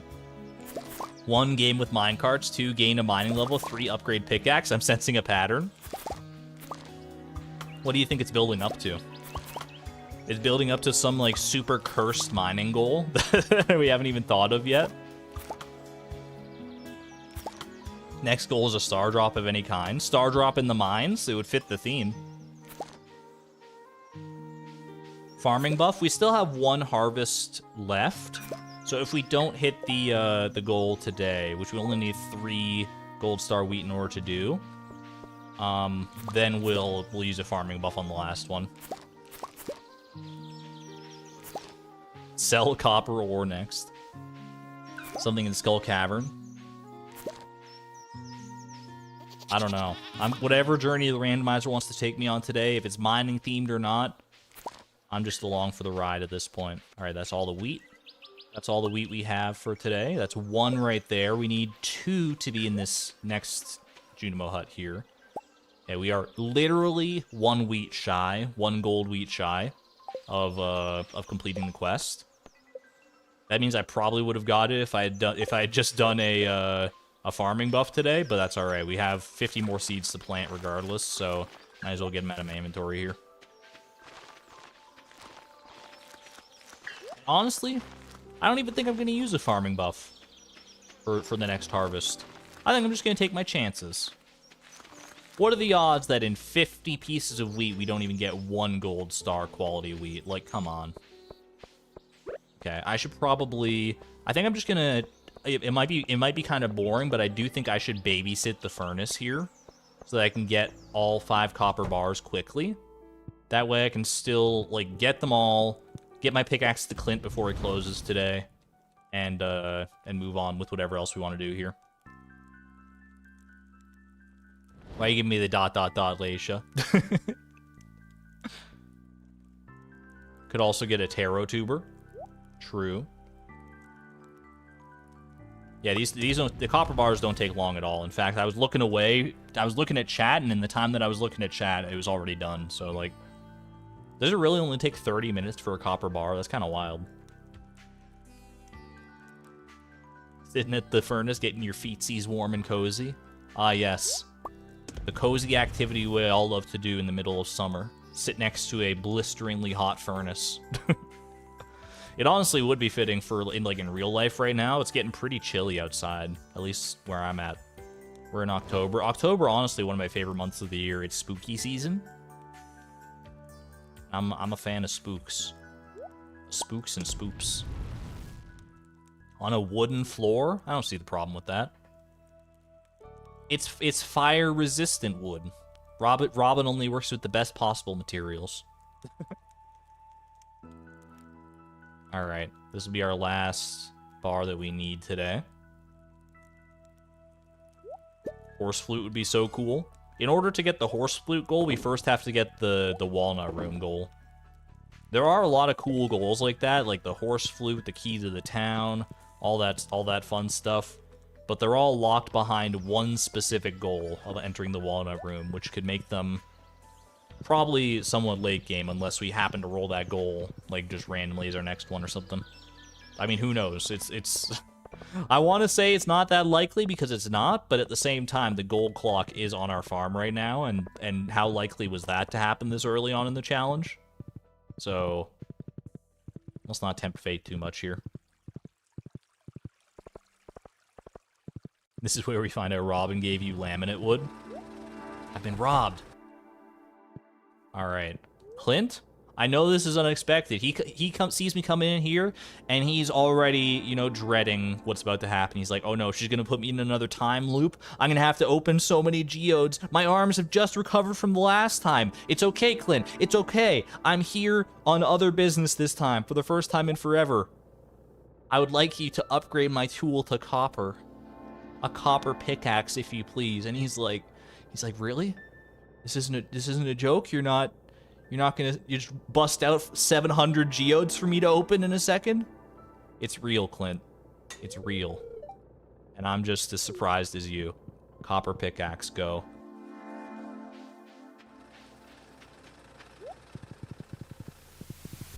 Have a good one there, Blaine. Thanks for hanging out.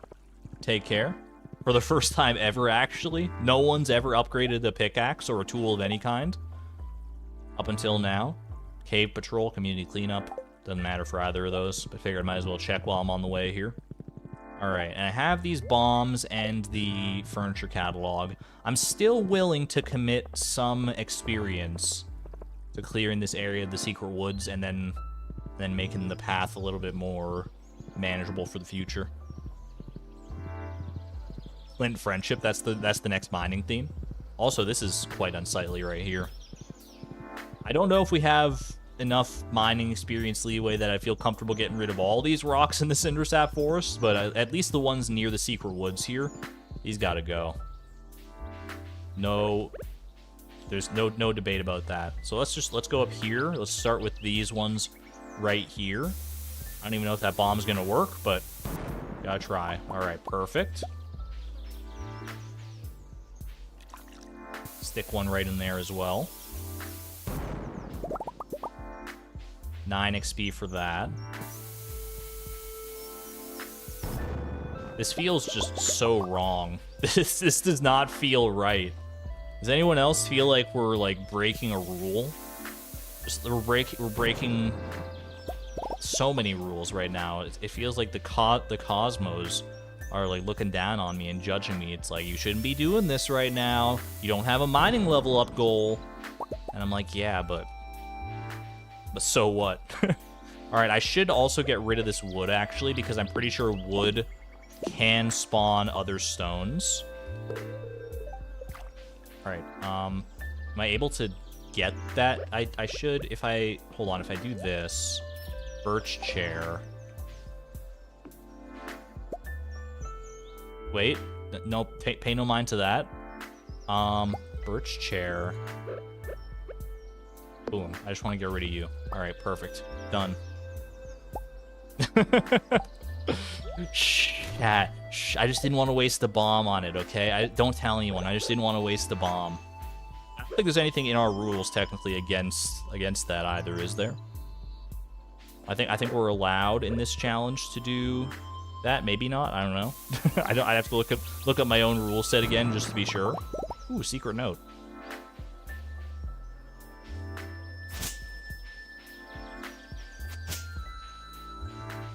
Not that it doesn't matter for that specific case anyway, because like obviously I could have just hit that piece of wood with a bomb, and I don't think any of us are like, you know, he couldn't have gotten more bombs. He should have used a bomb for that one. Cut me some slack, man. I chair glitched in the sewer place, so glitches are cool. That's right. That was a very integral part of the challenge actually, is glitching in to get the Junimo hut early. So you know what, valid.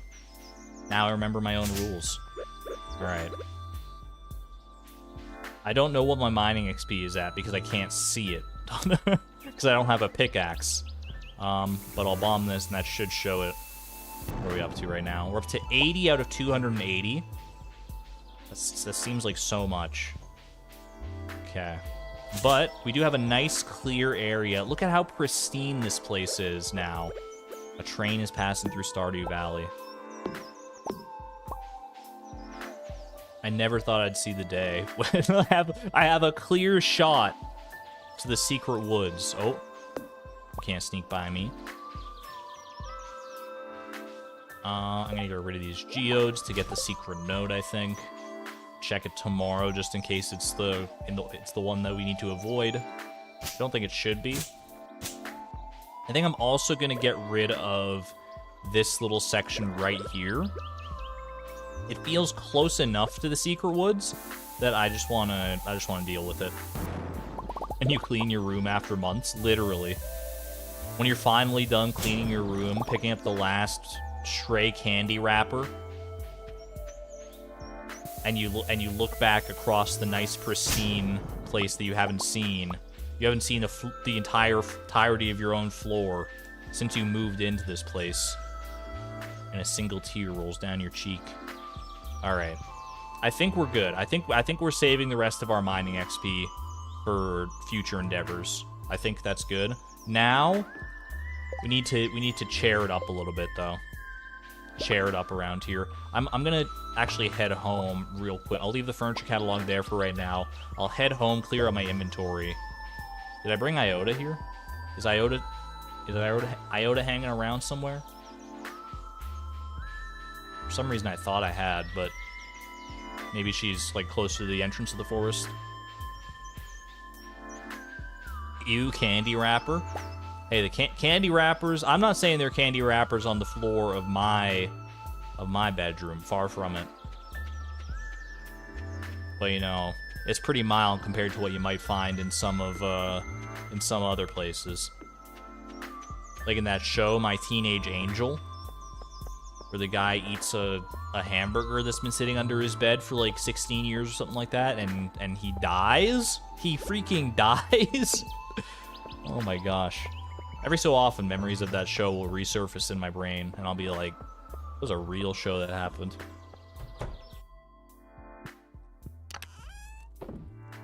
Alright. Don't need these bombs anymore. Ew, my thoughts exactly. That's not how I remember Supernatural. Alright. Gonna put away all this stuff for right now. all these shenanigans. Actually, I'll keep this one. Here's what I'm going to do. I'm going to keep that one. I'm going to go to bed so we can do this when it's still nice and sunny out. I think we're good to lock it in, right? Then we'll just read this one right at the top of the morning here. Oh, nice and sunny. Yeah, exactly what I called for. Alex's strength training diet, complete breakfast, and salmon dinner. Who would have thought? All right, let's go put some chairs down, shall we?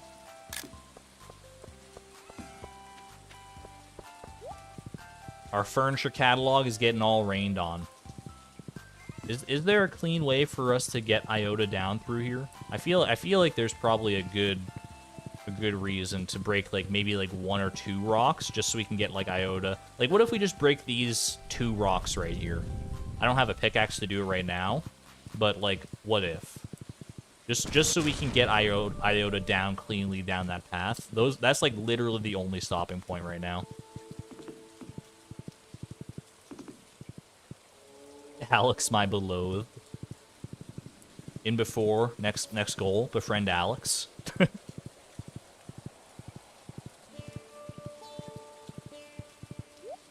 Alright. Let's do this. I mean, we can't just do all the same chair. That would be so boring. Let's just, like, let's just grab one of each chair. Red diner chair, blue diner chair, country chair, breakfast chair, pink office chair, purple office chair, green office stool, and orange office stool. Alright. Let's go ahead and put these. We don't have to litter the entire area with these, right? We just have to make it. We just have to make them strategic. We have to place them strategically so that no matter how the debris forms around here, we can get through this area. If we do like diagonal. Well, no, diagonal wouldn't work. Well, diagonal should work, right? Or do we just do like a chair train? Do we do like as Blade calls it, the booty express? Do a little booty express. Wait, I should probably rotate the chairs if I'm gonna do booty express though. Booty express.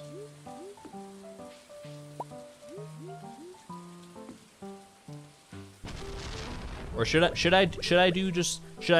litter this entire area with chairs, or should I just make like one laminar stream of chairs like this? That way I can just pick up the chairs and that way we're guaranteed a path. But I would have to like pick up the chairs in order to like get through. This is the worst game of musical chairs of all time, dude. It's the Booty Express.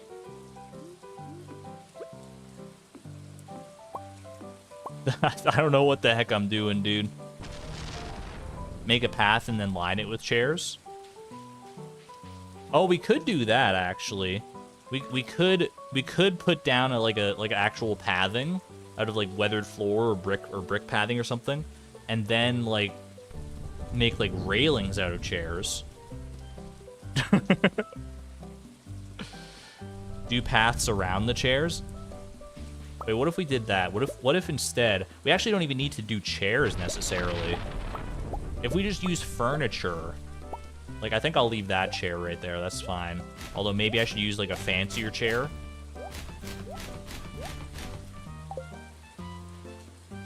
What is happening? I'm trying to figure that out when I owe myself, Pickle Doof. What's the fanciest chair in here? The pink plush seat? The stump seat? You know what? Perfect. There you go. Doesn't even look out of place at all. If you just told me this was like part of the scenery, if I'd never played Stardew Valley before, I'd probably believe you. Alright. In fact, maybe I could even rotate it one more time. Ooh, you know, that's so good. You would never guess that's a chair at all. That's crazy. Alright, I'm happy with that. Alright, now let's get, like, if we just, like, what if we just, like, fence in this area? Would that work? Like, so that debris cannot possibly spread into here? Maybe it might still spontaneously appear, though, is the problem, right? Could it still spontaneously appear in this area, even if it can't spread in? Tree imposter? Like, if I just put, like, a bunch of, like, furniture blocking off this area in particular... You know what? Let's experiment. Let's try it. I feel like it, like... I feel like this should work. Like, if I just block it off and there's no debris in there, I feel like debris is not going to spawn in there. Question is, what do you block it off with? Just a bunch of houseplants? Make it look... A decorative garbage can? China cabinets? Some of this stuff I don't even think we can put inside the... Or outside on the farm, can't... Or not on the farm, but just outside, period. Alright, you can put houseplants outside. Bonsai. The return of the bonsai trees. You would just put furniture everywhere to be safe, but then getting into the secret woods is, like, kind of annoying. I want it to have, like, something of an aesthetic design. Isn't there a decorative axe? I think there's, like, a decorative axe that, like, hangs on the wall, right? But I don't think there's an actual axe. There's a patchwork rug in the Muzumaru. Miner's crest. That's what we need right now. Yeah, these are all, like, wall things. Decorative axe, yeah. Bears. What if we do, like... I'm trying to think. Decorative lantern. Can you put these outside as well? You can. What if we did, like, some decorative lanterns combined with, like, some houseplants and stuff? Just like a variety of different houseplants combined with decorative lanterns. I think maybe there's something to be said about that.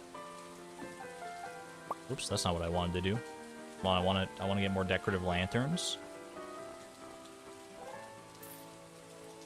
Let me cook, chat. Let me cook. I'm so confused. What are we trying to do? We're trying to make it so that, you know, debris... Since we cleared this area of debris with our mining level up, we want to make sure that more debris can't spawn here in the future so that the path to the secret woods stays intact. And furniture is the best way to do that because debris cannot destroy furniture. Would rugs work? I actually don't know if you can put down rugs outside. I feel like you can't, but all right, I'm gonna start at this bush right here. I'm gonna start like mixing and matching. I don't know if this is gonna work out that well, but it's a vibe. It's kind of a vibe. You actually don't need to like box in that big of an area either. Like that right there is fine. Is technically fine. And then what if we could use a chair? We could use another chair as like a gate, like we've done that before. We could actually use 2 chairs right there. Leia would love this. I mean, Leia comes over here every so often, so we got to make sure it's aesthetically pleasing to her as well. All right, more chairs. Should we go with the stump seat again? I forgot you could do benches in this game. You know, stump seat, it fits the vibe. Double stump seat. So we do one right there, and one facing the other way, so that we can get in and out like so. Now, can you put down carpets out here? No. Furniture can't be placed here, at least that type of furniture. Yeah, that makes sense. We could just do, like, some flooring, though. Like, if we just do, like, weathered flooring all in here and then maybe intersperse it with some other plants and stuff, that could be kind of nice. Yeah, we'll just do little paths all over that area. I feel like that's a good idea. Need a coffee maker for Haley. Haley is not a coffee drinker. I say as I look in the chat and see that she wants a peppermint coffee, but a peppermint coffee is not a real coffee. Peppermint coffee is its own variety. She actually means like peppermint hot chocolate. Not my Haley. My Haley doesn't drink coffee. Rug would get so moldy. Valid. All right. We still have a bunch of weathered floors kicking around here. Might as well make use of them.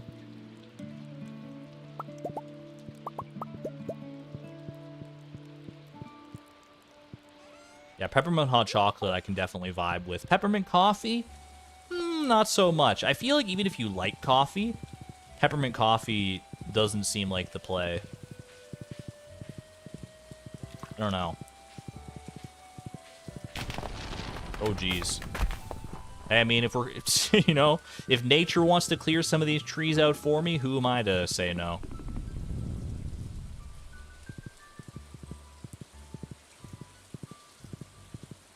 Kind of craving hot chocolate. You know what I was craving the other day that I haven't had in so long was fish and chips. I can't remember the last time I had some like good battered fish and chips with vinegar on the side. All right, I'm gonna completely pave this area in, and then we will go from there. I'll add some extra furniture and stuff just to make it a bit more aesthetically pleasing instead of just one big like slab of wood that we plonked down here. All right, can we do like any like does any furniture emit light, or do we have to wait for to get like a lamp post? What the heck? I didn't realize you could do that. Do you have to get to like wait to get like a lamp post, or can I put these modern lamps outside, or like any lamps outside? Probably not, right? Yeah, there are lamps, but I guess they can't be put outside. I don't know if there's any outdoor things. It's like the decorative lamps, they're just that, they're decorative. Candle lamp, maybe? No, can't even put that outside. We did craft the gold brazier, that's true. That's a kind of an expensive one to make, to be able to make, though. I don't think we have any extra gold. Maybe we could spruce it up a little bit.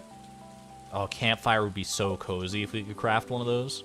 All right, I'm just gonna go ahead and check for some. I guess just some house plants. What if we do like a little of this, a little pine, maybe like a few pines. Actually, I really like the look of this one. And then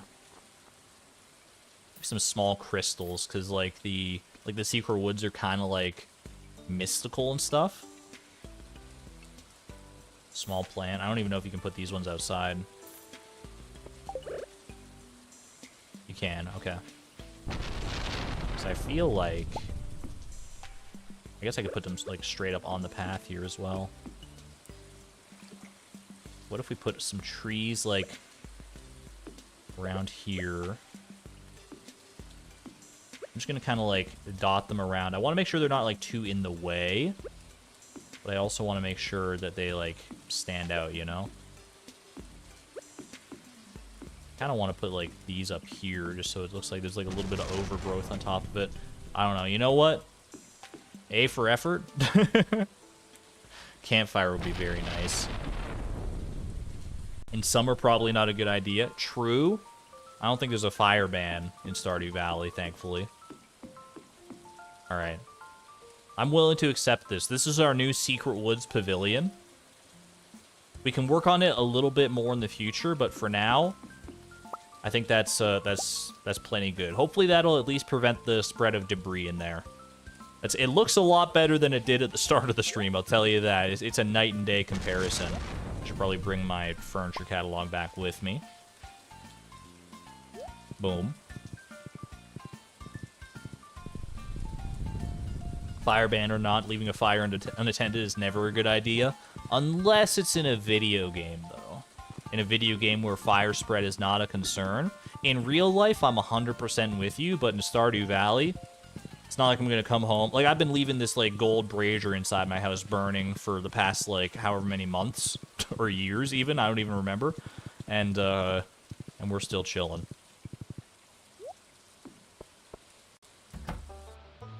Like, I have not put this thing out even one time. Alright, Futon Bear, you can have your spot back. Put away all this. Let's go ahead and grab our proper inventory back out. Boom, boom, boom, boom, boom. No carbon monoxide in Stardew. Just what I want in my cozy farming game, the chance to die because of carbon monoxide poisoning. I mean, there is a chance to die in Stardew, it's just, you know, or at least, like, pass out and wake up at Harvey's. But not by my own, like, interior design choices, thankfully. Just move the gold brazier. I kind of want, like, multiples, though. And I kind of like having the gold brazier at home as well as, like, a reminder of, like, one of the goals. Plus, it makes, you know, at nighttime, it's nice.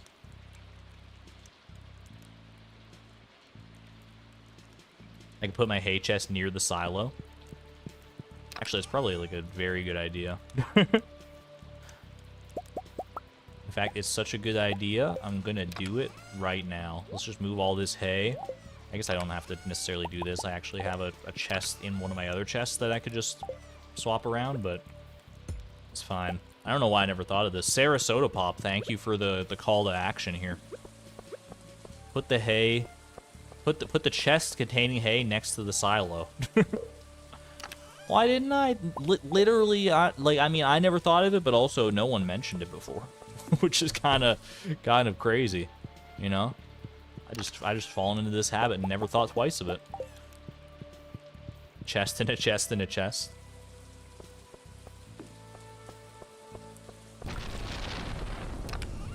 Why do I always start streaming during school? Because I'm not in school.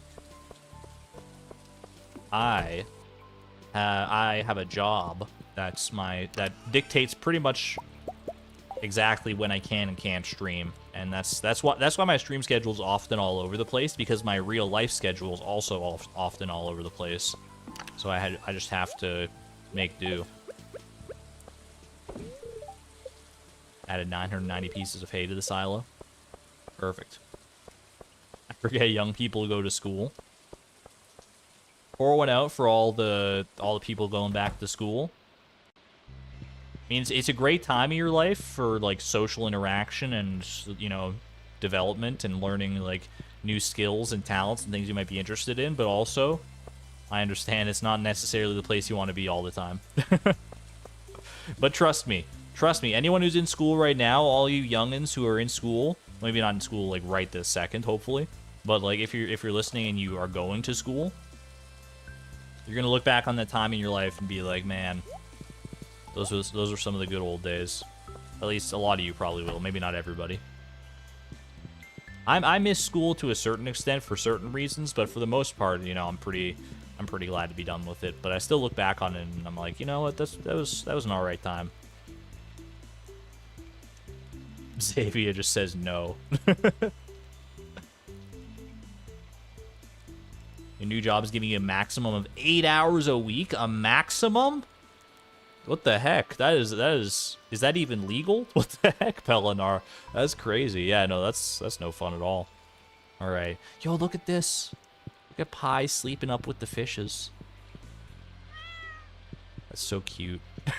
Pie looking in at the midnight carp, waiting for the day that he can poke his little paw in to try and reach it. It's a part-time job. I mean, fair enough, but that's like, especially like if you only have 3 hours scheduled that week. That's crazy. Just need an additional part-time job. You know what? Fair enough. Yeah, that's probably better. All right. Sleeping with the fishes. Yeah, what's wrong with that? Pie's literally sleeping with the fishes. Your copper pickaxe is ready! I thought it was gonna be one more day! Holy moly, the time flew by. I keep getting jump scared by these pop-ups I've never seen in my entire life before. First the level up, and then the copper pickaxe is ready. Holy moly. My copper pickaxe, and a new goal incoming too, yeah. Anything else we need to do today? What shall I do today? I guess I could put down a little more of this weathered flooring while we wait for Clint to open. There's a section over on the side of the farm here, like the right side, where I could still use some flooring to cover my bases here.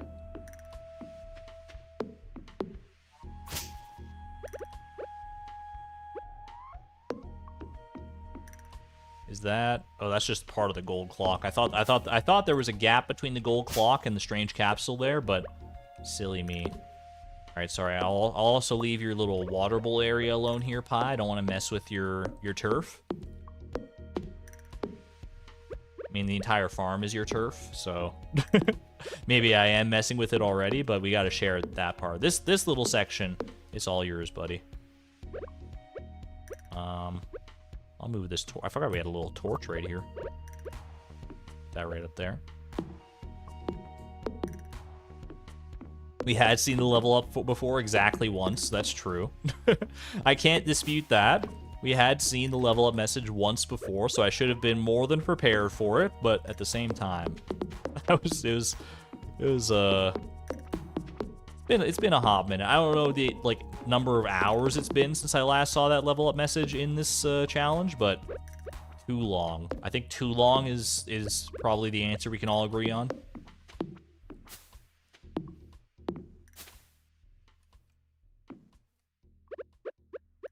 Also, let's just appreciate that there is a timeline out there somewhere where I'm still playing Junimo Kart, trying to get that goal done, and slowly losing my mind to that. I'm glad that I feel like we honestly hit like the perfect amount of Junimo Kart.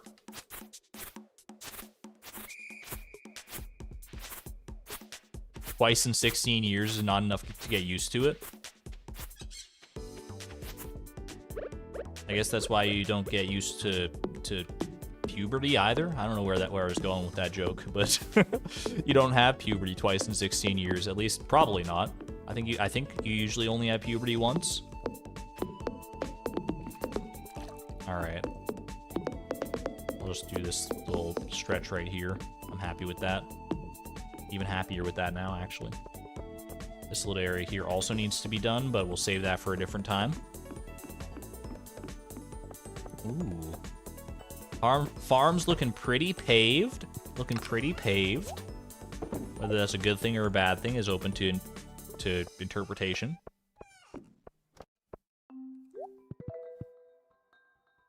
Trans people do it at least twice? Fair enough, honestly. I know very little. I know less than I would like about the trans experience. But that is... You're spitting straight facts right now.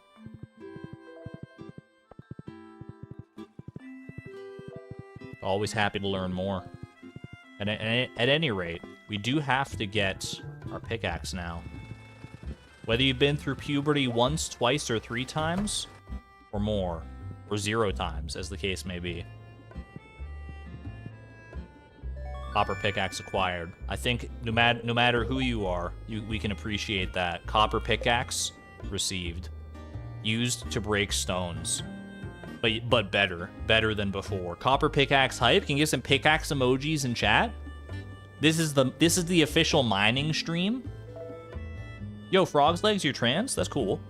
I don't have any questions specifically to ask you right now, but that's good to know.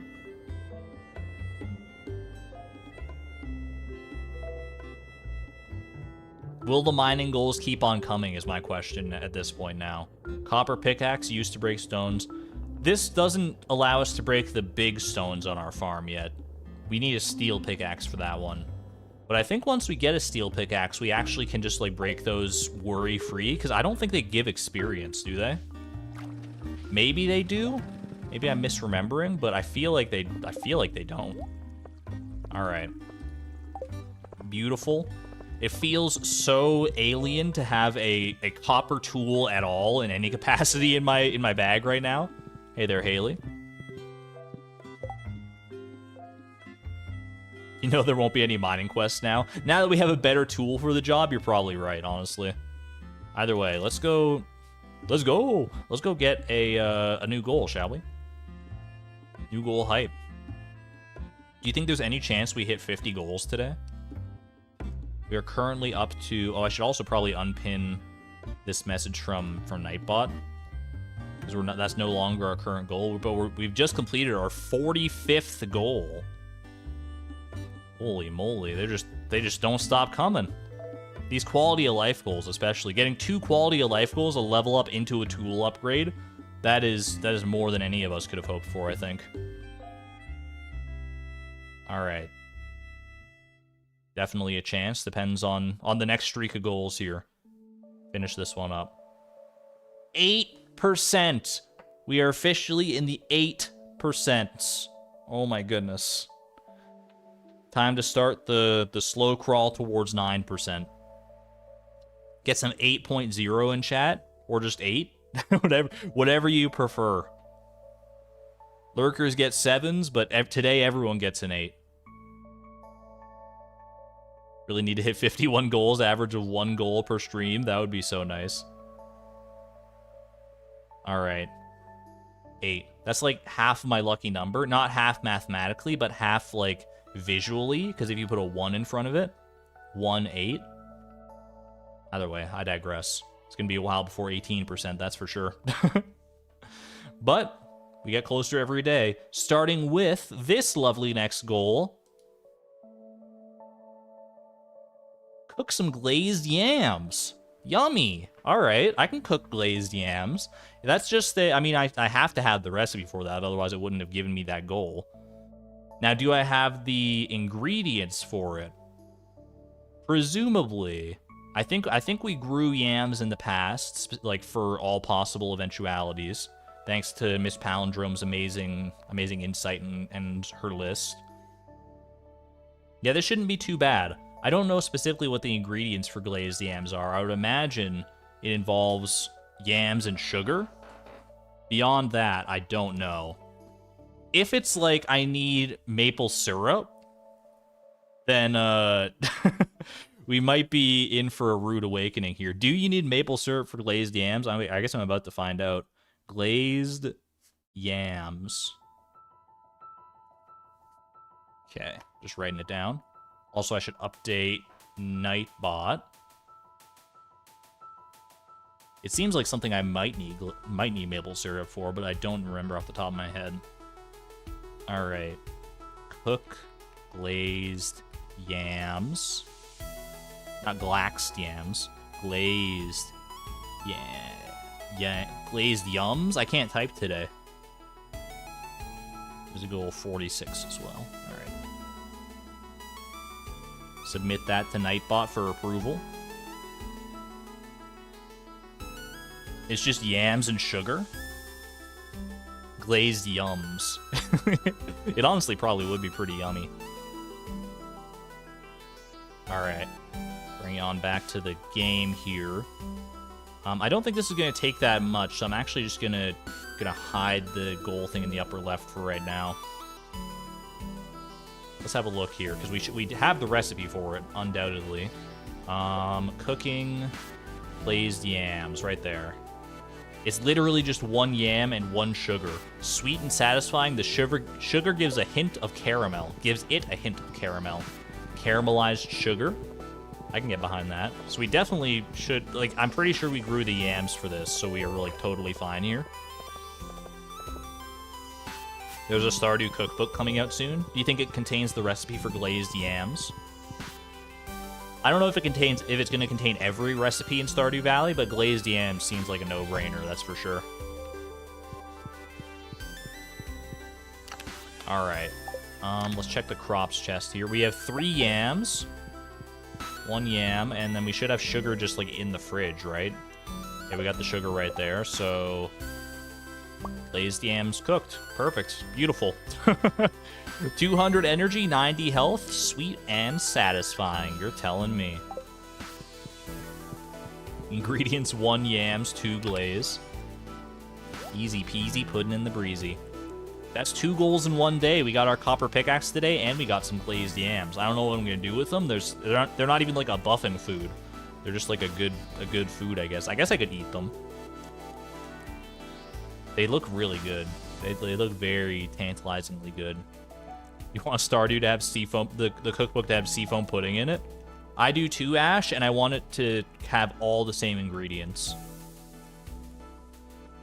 Just so I can... It looks so delicious in the game, but like when you look at the ingredients, you're like, wait a minute. That minty-looking pudding is nothing like mint, probably. Loved by Lewis and best pal Pam. Oh, so when we need to befriend Lewis, we can actually give them as a gift. Yo, switch glitch. Great intel. Alright, that's neither here nor there, though. Unless we happen to get befriend Lewis as our, like, very next goal here. Which, I mean, what are the odds of that? Come on. Alright, finish up our goal here. Glazed yams officially cooked. 8.2%. I'm not even gonna belabor the point here. Just give me another goal. I'm high on it here. Catch a stingray. Okay. Catch a stingray, not bad. That's pretty doable. Catching a stingray seems quite doable. It's not the easiest fish, but I mean, we could just... It's available all day, which is the very nice thing, right? It's available all day, every day. We don't even have to... Actually, hold on. Do I have the Pirate Cove even unlocked? I just... Okay, so that's the only thing. I just have to unlock... For some reason, in my brain, I already had the Pirate Cove unlocked. But we don't have it unlocked yet, do we? How much fishing XP leeway? It should be enough. If the randomizer is giving me the goal, we should have enough leeway to catch a stingray. But I'll double check just to be on the safe side here.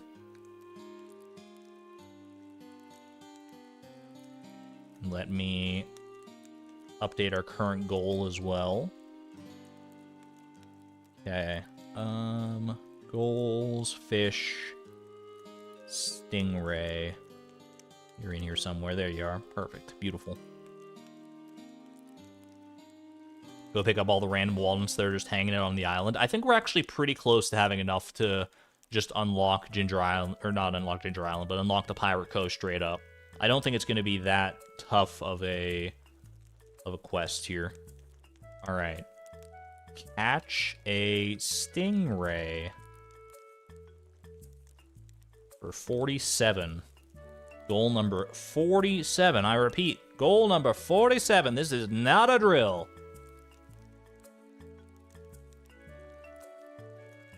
All right. I will need to be on my farm on the 27th for the Junimos to, like, harvest all my wheat and stuff for that one, but tomorrow we should be totally fine to be on Ginger Island. Let me check. We're at 17 golden walnuts right now. To unlock Pirate Cove, you just open the resort, right, which is 20 gold walnuts, so I think we'll totally be able to do that, yeah. Let's get to it. We might as well go to the island right now, actually. There's no harm in doing so. Yeah, go now for an easy reset, because we can sleep on the island, and then just... Oh, I guess I should bring my fishing pole, huh? Maybe that's an important part of catching this thing. Is actually, you know, being able to catch it.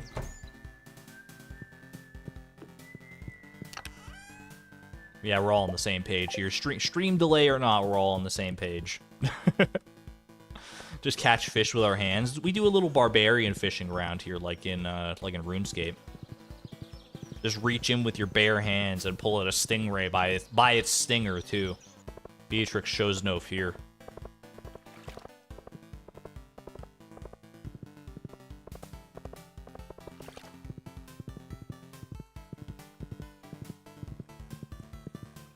Go to Volcano, get deluxe pirate hat, get drinks with the pirates. It's the perfect plan. This will also unlock...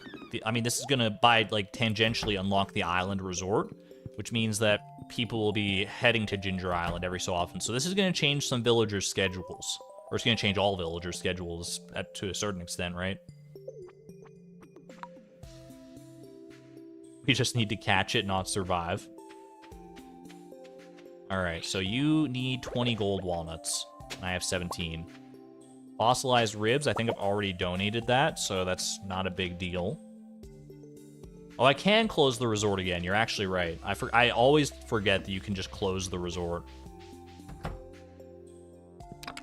Maybe I'll do that. Well, I guess I have no reason to do that until I'm like befriending somebody, and then I want to make sure that they're in the right spot at all times.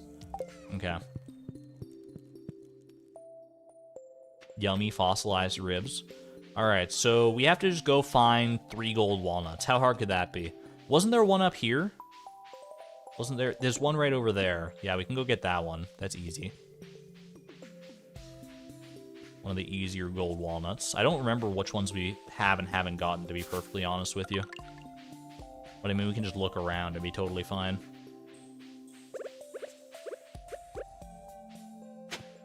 Okay, we already got that. Probably already got this one, I'm guessing. I'll have a little look-see. Get me... I think I'm shaking it. Honestly, I can't tell. But, alright, we made it out at least. Perfect. Check the dig site.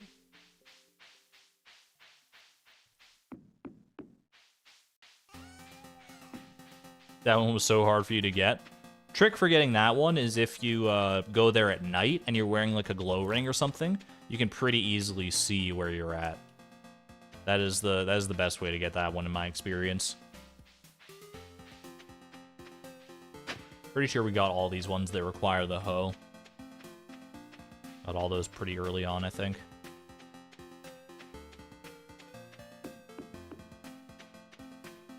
Let's see.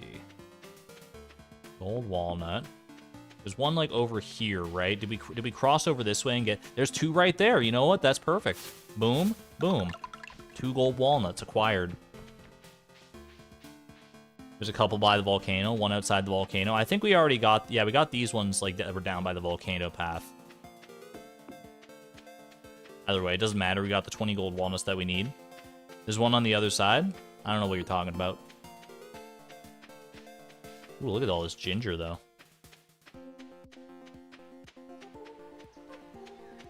Like how years and years ago we found a lost child on the island and we've ignored him utterly. Yeah, I feel a little bad for Leo, but I mean, it's not any different than the life he was living before, right? So, you know, in theory, you know, he's at least comfortable with it, right? Here we go.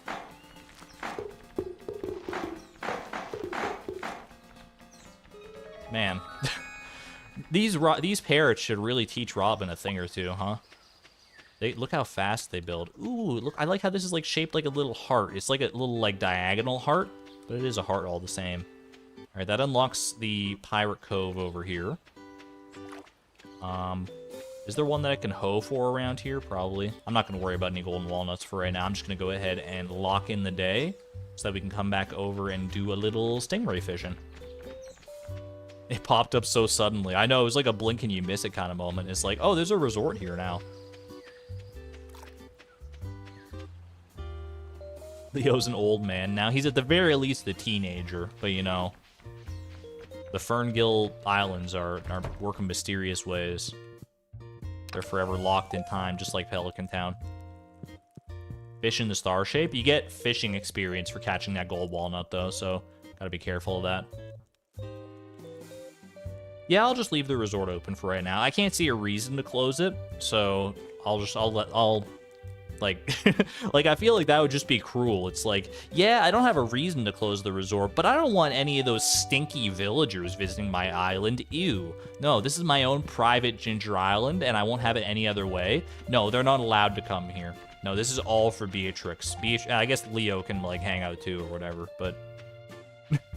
No, Beatrix isn't. Beatrix is, you know, a bit socially awkward, but she's not, like, outwardly malicious most of the time. And Birdie, and Professor Snail, and, like, Willy can, like, hang out on his boat, I guess. Alright, let's go catch a stingray, shall we? You can technically catch them in these little pools here, but I feel like the odds of getting trash in those areas is like significantly higher. So let's just cast like right. That seems like a good spot right there. Okay. Oh wait, doesn't this mean won't this be, even if I like reset now, will this not be a gold walnut every single time? I think we learned this when we were, I'm gonna reset just to see, but I think we learned this when we were fishing for Ollie back in the day. I think if I reset and I cast in that area again, that means I'm guaranteed to get a gold walnut every single time on my first cast. I think it's like seeded in such a way that you get them on a specific number of casts. But let's go find out. Maybe Pirate Cove works differently than the ones in the ocean. I can't see why it would. We do still have leeway with experience, so I'm not stressing it too much. A gold walnut's only 3 fishing experience. So it's not the end of the world, but it will be good to know at the very least. Yeah, it's not a huge like deal if this is what it is, but I just wanna know for a fact that it's like this, because otherwise I might as well try to avoid getting the fishing experience, right? But all the stinky villagers wear bathing suits, which is fun. Dude, I'm so excited for 1.6 for yet another wardrobe change. All right, that tells me all I need to know, I think. We're gonna have not only like the villagers in swimsuits, but villagers in winter wear, which is honestly arguably even better, because you're gonna see it more often, and it's probably gonna be cuter for a lot of them. I think it's gonna be very fun. I'm so excited. All right.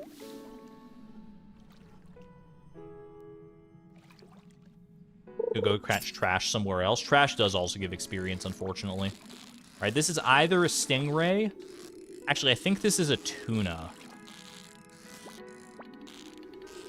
I think you can catch tuna here, and I'm pretty confident that's exactly what this is, so I'm going to go ahead and cancel that. I know my tunas well enough. I mean, feel free to double-check my homework if you need to, but I'm pretty sure you can catch tuna here. I think right now you can catch tuna, flounder, stingray, and pufferfish here. Well, actually, pufferfish isn't available until noon, I don't think. Ooh, okay. That puts me in a bit of an awkward position. Because if like the first and third cast are both gold walnuts every time, that means we want to get it on the second cast, ideally, to save as much experience as possible here. I don't know if, like, we'd probably be okay to catch both of those and be, like, still fine on experience. But I'd rather not tempt fate too much. Every bit of, like, fishing, we are getting, you know, close-ish to our fishing threshold here. So I have to be cognizant of that. I can't just, you know, throw experience away all willy-nilly. Do I think we'll see more hard events in 1.6? I feel like that would be a cool little development. I don't know. I don't know if Concerned Ape is in the interest of like revamping or adding additional hard events. Oh wait, that's interesting. Hold on a minute. If you just reel in the cat, you can skip the gold walnut if you just cast and reel it back in, because we skipped the first gold walnut that time. Okay. Is it really just that easy?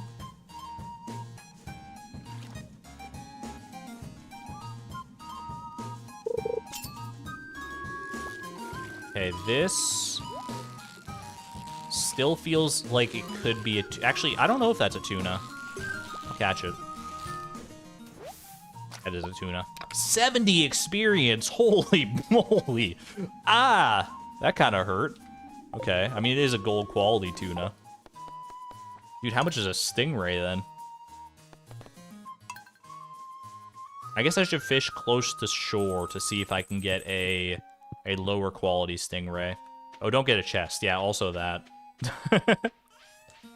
Didn't even think about that. Stingray is harder than that. I should have brought some fishing buff food, probably, because I do think a stingray is actually kind of tough, especially at only fishing level 1. But we can still manage, I think. Perfect catches also give you more XP. Don't worry, I don't think we're in danger of getting a perfect stingray catch, is my guess. You want Gunther to have hard events? Dude, being able to befriend Gunther, that would be kind of hype. Alright, that's not a fishing rod. Alright, reel it in to avoid the first gold walnut, then we have a chance at a fish here. Or that. I guess I'll catch a gourmand statue. Didn't even give me any fishing experience, did it? 175. I think that was fine. Okay.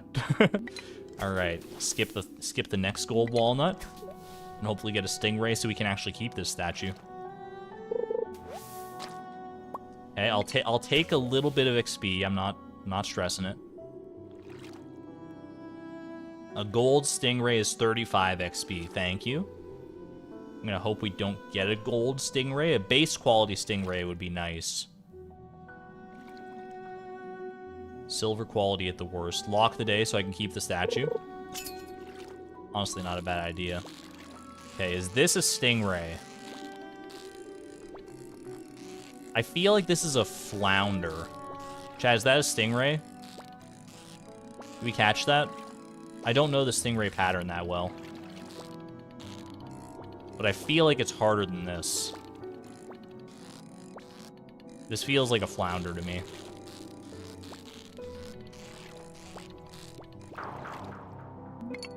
It's gotta be, that's too easy, right? Yeah.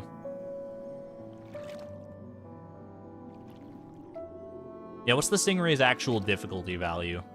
That could probably be useful information here. Stingray's 80 difficulty? Okay. So that was decidedly not it. That is a tuna. It went to the tuna spot. The tuna goes to the same spot right off the bat every single time. I've never seen it not go to that spot. So if it goes to that spot, there's like a pretty high likelihood that it's a tuna. The eel also does that. Okay, that's not the tuna. I think that's a stingray. I think that's more in line with what we expect from a stingray. Let it go, keep the statue. If fate so wills it, we'll get the statue and the stingray. I'm not making a concession. Stingray, stingray, stingray. That's a tuna. We may need fishing buffs. We'll play this stingray game just a little bit here.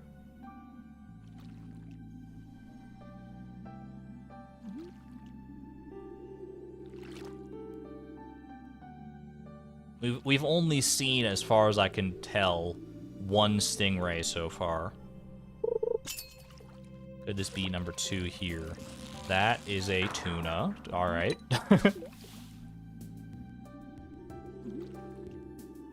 It's the same difficulty and pattern as a super cucumber. Okay.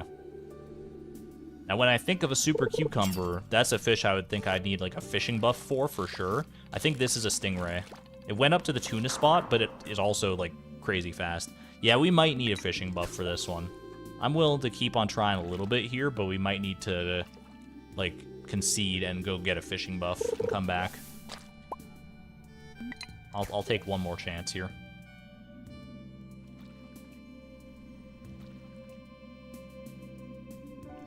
We're like 45 minutes behind for some reason. Welcome back to the present, Oceana.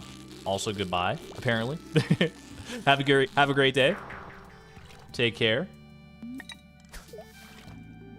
It bothers you that the bobber doesn't have a reflection. Now that you mention it. Broken mod, fix it. Alright. This is not a stingray.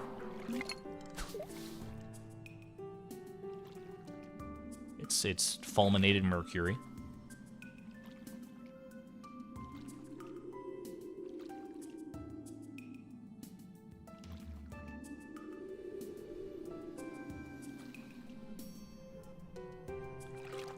I like fishing in the Pirate Cove. It's like chill vibes here, for sure.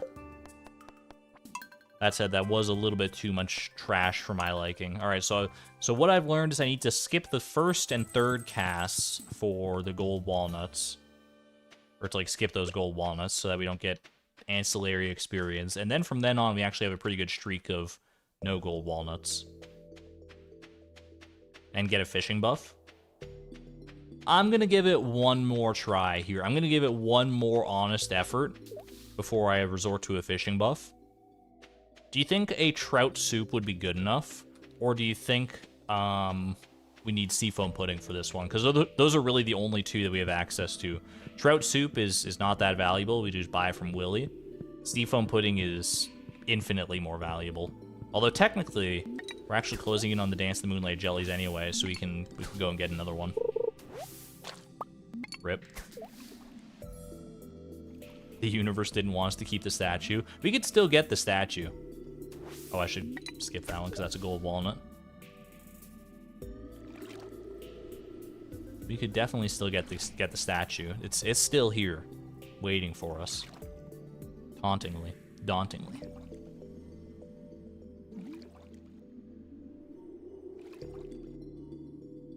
We need Ollie inspiration. No one can live up to Ollie's legacy. Not even a stingray here. I'm gonna fish out a little bit further, just for less chance of trash.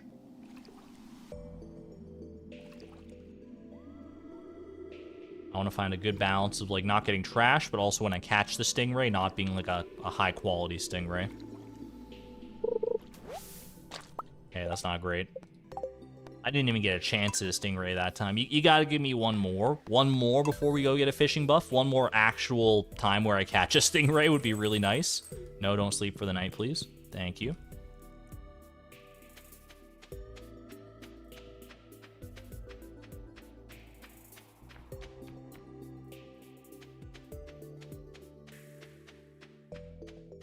Yeah, I feel like there's no way this stingray takes as long as Ollie did, right? How long did it take for us to catch Ollie? We had like a whole stream dedicated to just catching Ollie. And then we caught him like on the next one a little ways in. It was like between 50 and 60 octopi deep.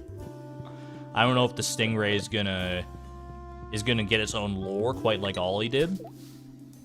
I don't feel like it's as difficult of a fish here. We had a story hour, literally. Yeah.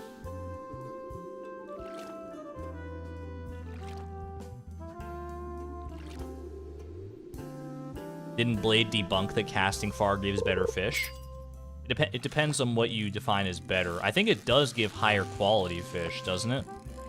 This is a tuna for sure.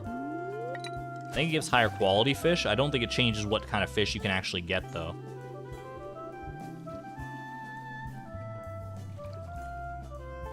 All max cast gives is a pleasing ding. I mean, your fishing zone... Ooh. Your fishing zone does affect things, including fish quality, I'm pretty sure. Like, isn't that why, like, when you catch the angler, because it's impossible to, like, cast in a fishing zone that's high enough, getting it like an iridium quality angler is like really hard. Like I think the highest you can get is like gold quality unless you're using the quality bobber. This is not a stingray. I don't know what the heck that is, but it's not a stingray.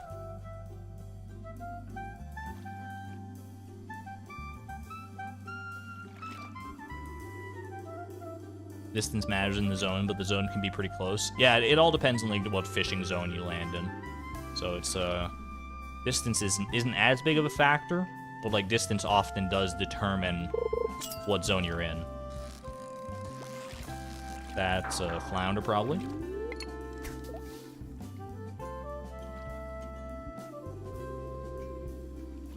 All shallows are low zone. Yeah, I mean, the way fishing zone works is that the further out you are from shore, the higher your zone is. So you know, by the transitive property, casting out farther does yield better results. I think this is actually a stingray. It went to the tuna spot, but it's dancing like a stingray. All right, I probably am gonna need a fishing buff, huh? You know what? I'm gonna go buy one trout soup and come back and try and do it that way. So I have some fishing buffs at home, but I also could just like go to Willy and buy one and then come straight back.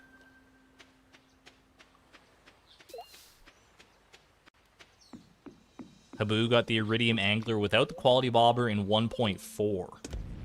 Interesting. I'd be curious to know like the mechanics behind that.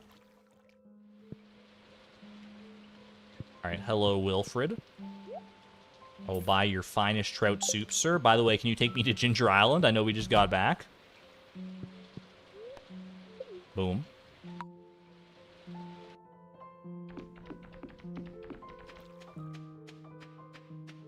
It's just on a small pond. 3 squares in will be a better zone than on, like, the ocean.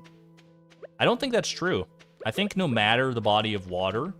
That's like a small pond, you can never get like a higher fishing zone than like 2 or 3 or something, depending on how small the pond is.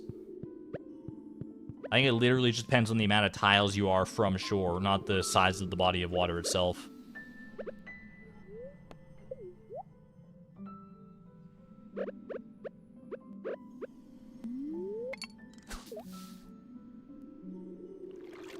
You know I had the soup on the boat, right? Well, he didn't offer it to me.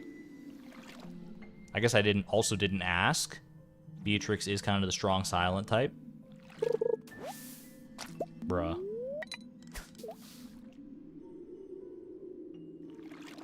Yo, Shiny. Shiny GS, welcome on in. Good to see you. Finally able to catch a stream. Crazy that we're 51 streams in. 51 streams and merely 45 goals. A second Gourmand statue? Hold up a minute.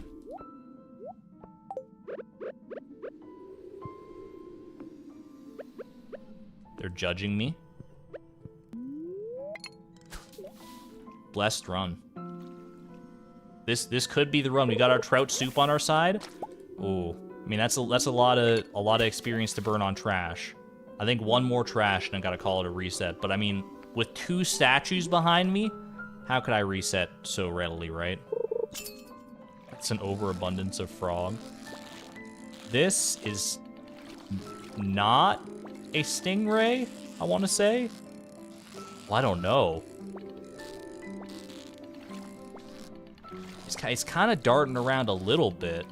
Could this be a puffer? It kind of, it's a little tough. I'm gonna see this one through.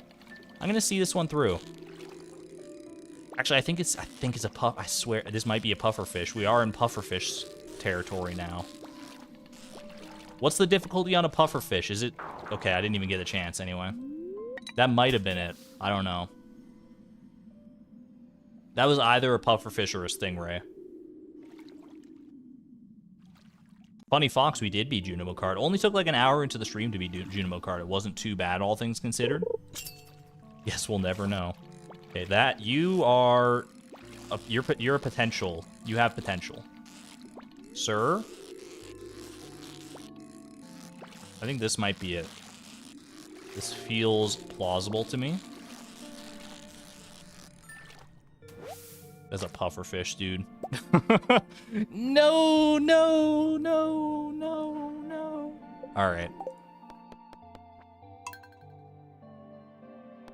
That's why we want to try and catch it before noon, if possible, I think. Just so we can guarantee that we get, that we don't get a pufferfish, because I feel like the pufferfish is similar enough. Look at its little face. Alright, I should probably just go get some trout soup and then, like, come back, sleep so that I can reset with the trout soup. I feel like trout soup should be enough. I don't feel like I'm gonna need seafoam pudding for this.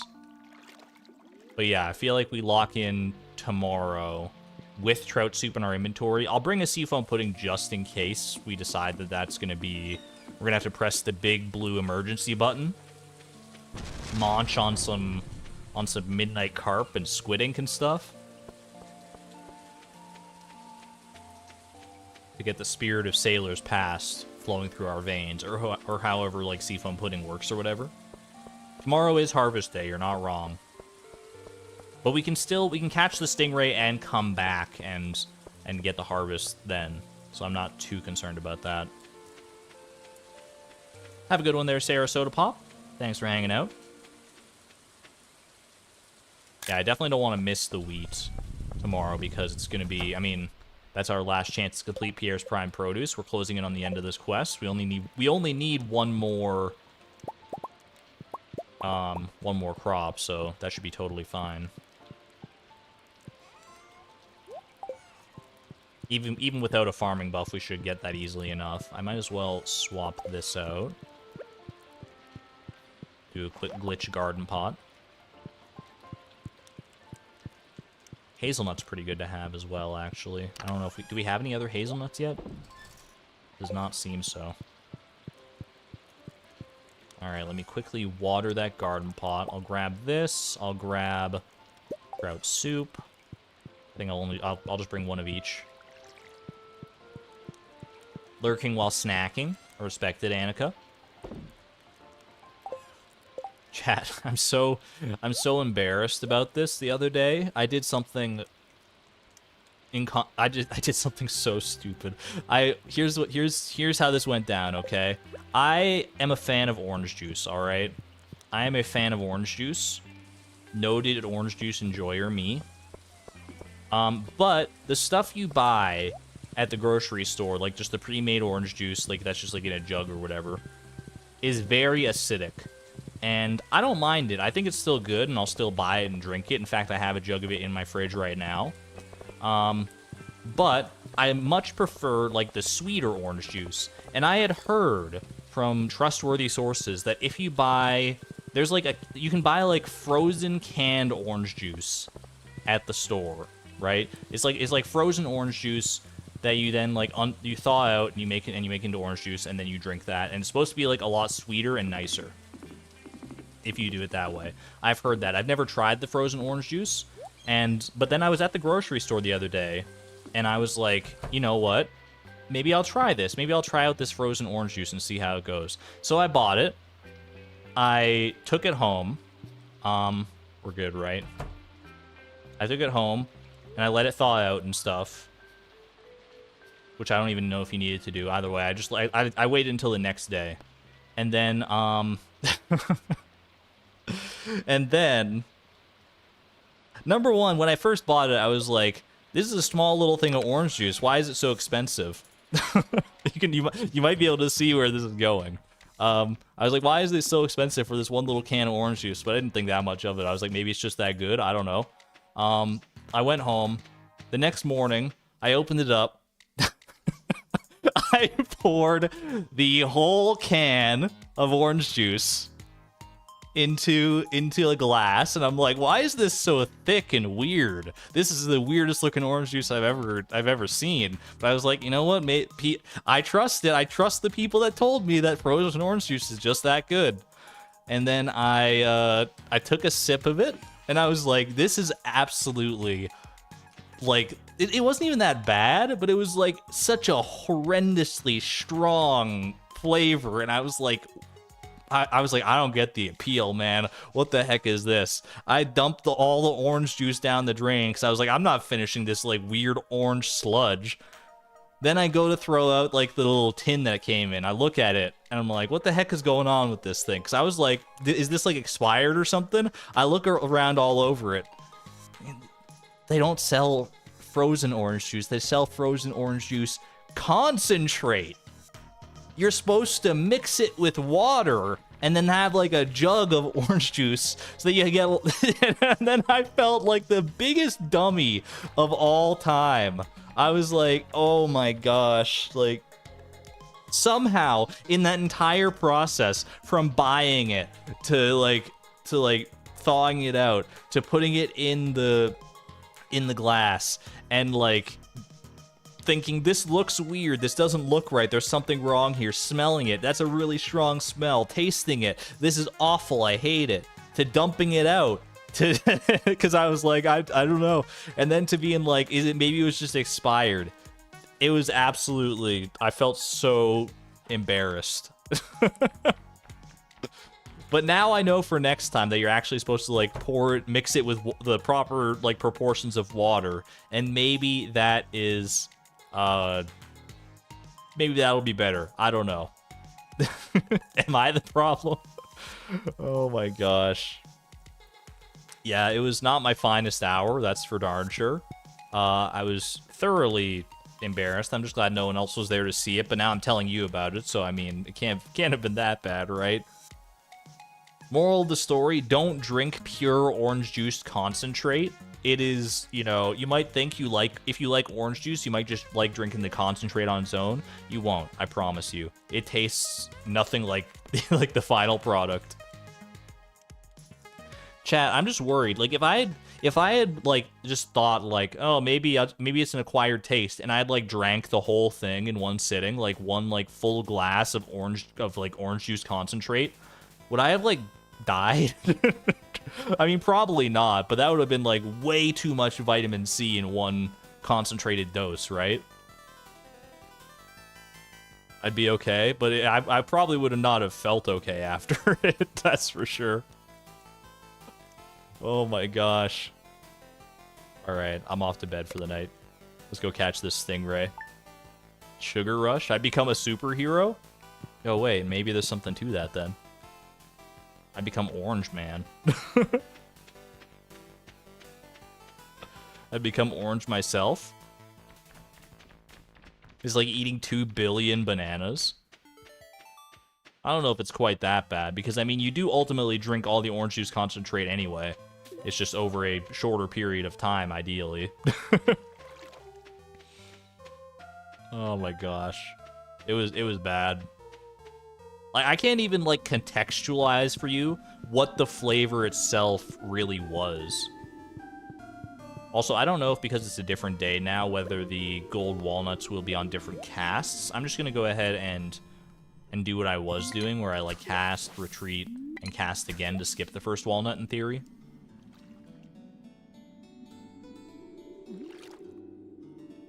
Like, honestly, the aftertaste of it, the aftertaste of the orange juice concentrate was perfectly fine. It was, like, the exact reverse of what I expect. Okay, that throws things off here. I'm actually going to reset the day, because it's clear that the gold walnuts are, like, different based on different days. Yeah, it's clear to me that, like, or, like, it's the reverse of what you expect from, like, a normal bad food, where, like, or some foods that have, like, a weird taste, or, like, a fine taste, but, like, a weird aftertaste. This one had, like, an extremely weird and off-putting normal taste, and then the aftertaste was just orange juice. Orange concentrate with sparkling water sounds like it would make great homemade Fanta. I could probably get behind that, honestly.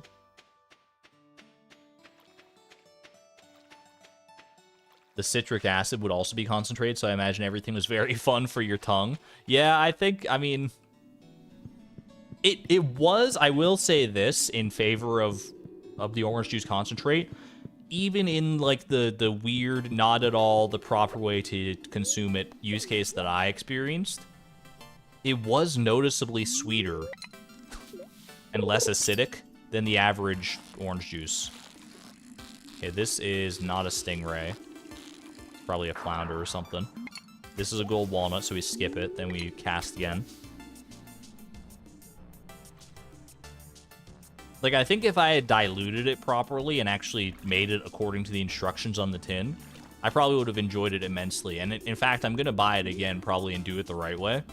Once I get a proper jug to make it in. Because I feel like that's the way to do it, is to, like, do it all in, like, one big jug so that you have it for the future. But I don't have a jug to do that. This is not a stingray.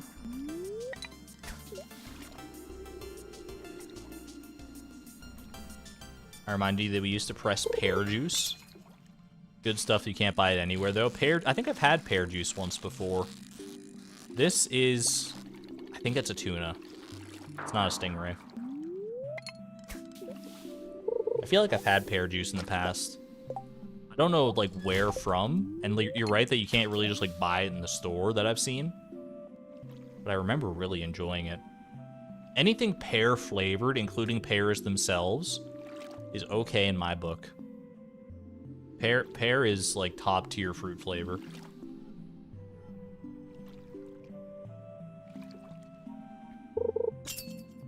I don't have a goal pin because it's a fast one, right? I should have a goal pinned. Is the stingray goal not pinned? Or sorry, not pinned, I guess. But I guess, you know what? We can pin it in chat as well. I have it on the top left of the screen, but all right, we'll pin that one just to be on the safe side. Yo, thank you. Thanks for the fix there, Funny Fox. All right, catch it again. Pears are super underrated. The only problem I have with pears is that sometimes biting into one, if you bite into, like, a pear that's not ripe enough or is overripe, it's extremely unpleasant.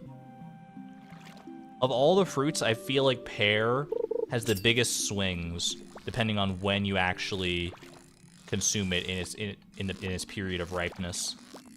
It has to be, like, exactly perfectly ripe for it to be a good experience. Otherwise, it's, like, too mushy, or it feels like you're biting into, like, a block of wood. Dude, that that stingray juked the heck out of me at the end there. Did you see that? This feels like a stingray as well, actually. It went to the tuna spot, but did not linger for very long, and it went there like really fast too. And it's not pufferfish season yet. Not pufferfish time, I suppose I should say, not season, but...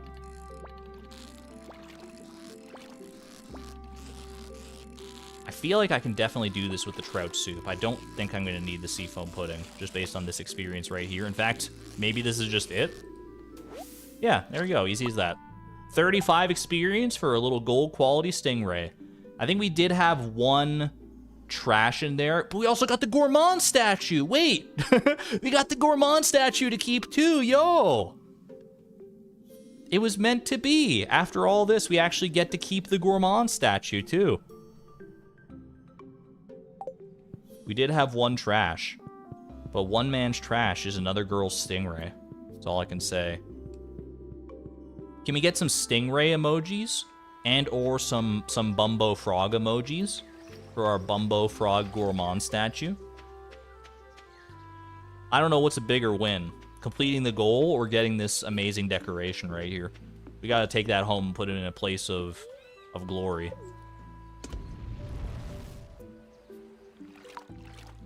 And you know what? We didn't even need to use our seafoam pudding. That's the best part of all that. No stingray emoji. Rip. Alright, we'll take it. I'll also take this ornamental fan. You know what? The bone fragments? Not that bad either. Not a bad get. Hey there, casual gamer. Welcome on in. You're just in time. We're actually about to roll a new goal, if you can believe that. Is this close enough to be a stingray? Crumby, I can't actually see what that is. It looks like a white rectangle to me. But I'm going to take you on your word. You know what? Some people look at like a white rectangle and they're like, oh, I'm sad. I can't see that emoji. I look at a white rectangle and I'm like, I'm happy. That emoji can be anything I want it to be. So as far as I know, that is a stingray emoji. I just don't have access to it. The boys are having a beach day. Sam was off to the beach. I don't know if he's headed all the way to Ginger Island or if he's just hanging out on the beach. Was he going with, like, Vincent or anything like that? It's a very lovely jellyfish on Android. Now I am kind of sad that I wish I could see it. Alright. Bone fragments in there. I passed the line of men on the bridge. I was looking at chat. I was not in the business of looking at the line of men. I was merely looking at chat. Sam, Sebastian, and Harvey at least. Speaking of Harvey, what about Harvest? 3 gold quality wheat. We killed it. Yo, we can go complete Pierre's Prime Produce right now, actually. 4 gold quality wheat, even. I'll take the hay. Might as well bring this up to the chest as well, or even put it in the silo directly for what that's worth. GG's Junimos. Yeah, thank you to the Junimos for that one. Junimo hype. Boom. Added 63 pieces of hay to the silo. All right.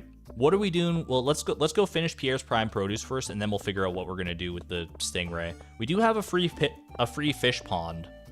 I don't know if we want to put the stingray in that, or if we want to get another fish tank for it, because I think all of our fish tanks are currently full. I might just go for another fish tank. I feel like I don't want to risk putting it in a fish pond and then needing that fish pond and then having to, like, be like, oh, let's clear the stingray out. No, there's roe in there. No. All right, where's the box? Right over here. It can produce cinder shards. At what population level can it produce cinder shards, though? Because that would be helpful, but I don't think we can do it with just one in there, right? New achievement, Gopher! Wait, isn't that like 40 help wanted quests completed or something like that? That's kind of hype. That's actually a new hat at the Hat Mouse, for whatever that's worth. Stingray can give cinder shards and dragon teeth. Wheat has to be the worst source of hay. I'm glad to have that Pierre's Prime Produce quest done, actually. That's kind of a load off my mind.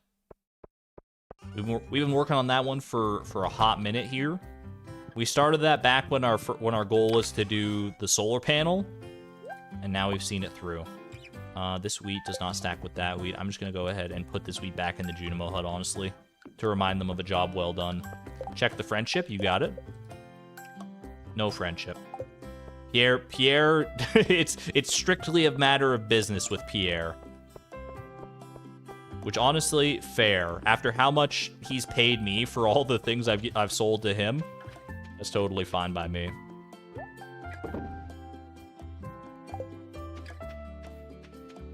Population 7+ for Cinder Shards, 9 or 10 for Dragon Teeth.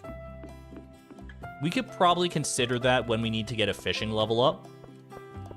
But for right now, I think I'm going to go ahead and fish tank it, just so I can admire the Stingray for what it's worth. Because the Stingray actually has, like, one of the cooler... Actually, can I fit you in here? No. Stingray actually has one of the cooler looking sprites in a fish pond, or in a fish tank, I think. Let's go have a look. First, we're going to need a fish tank, though.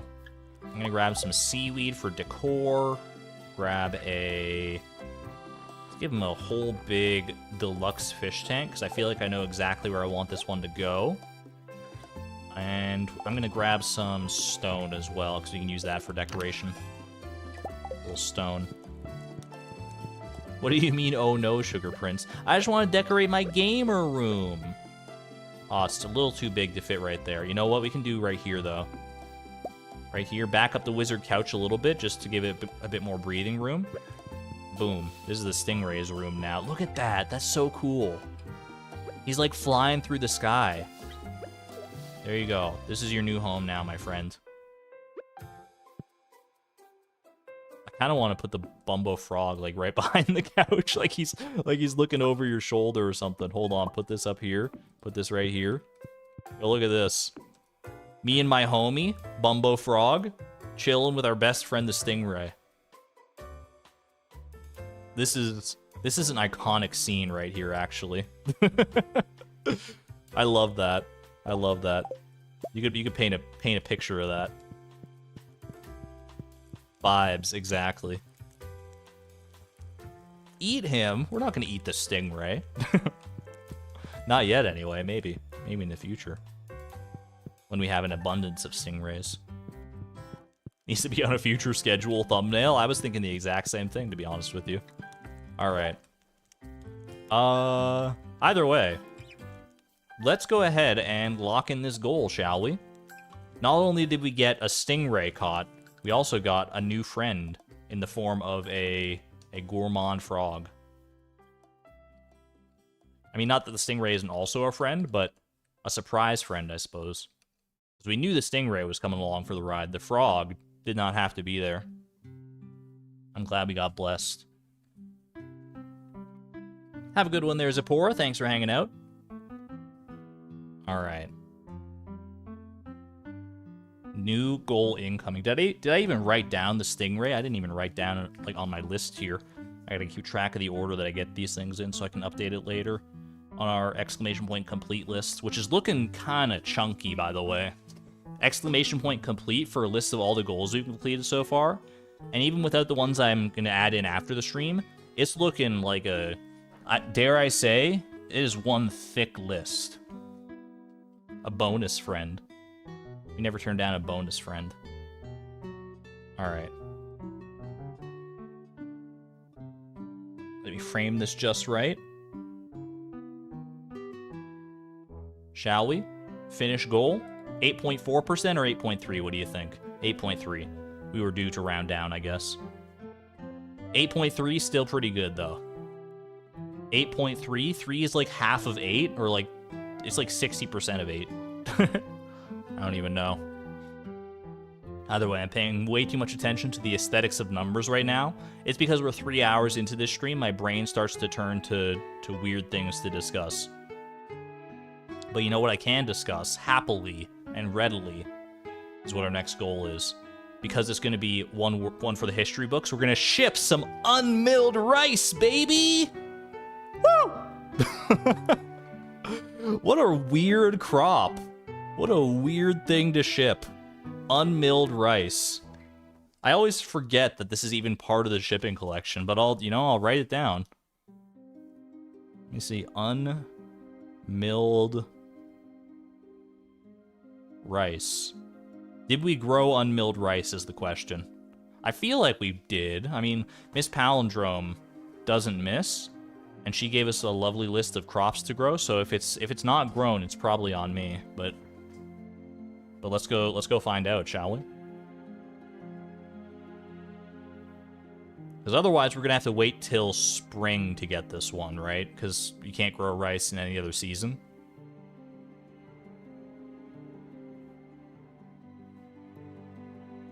Either way, let me go ahead and update. I can unpin this message now, actually, and then we'll update Nightbot.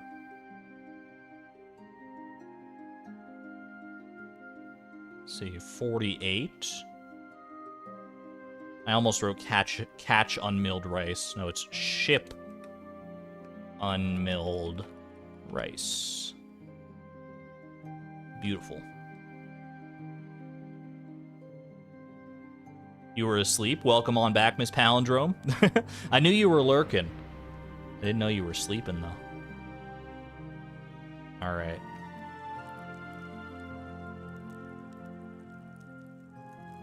Catch a stingray. I'm just going to go ahead and get rid of the goal in the top left for right now, because I don't think this one's going to be long. As long as we have the unmilled rice on hand, it should be as easy as literally putting it in the shipping box, right? Unmilled rice. Could be in the Junimo hut still. It could be in the Junimo hut.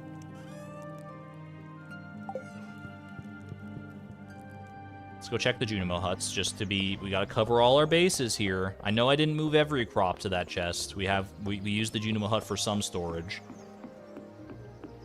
I could grow it on Ginger Island, but I don't know how much farming XP does it give.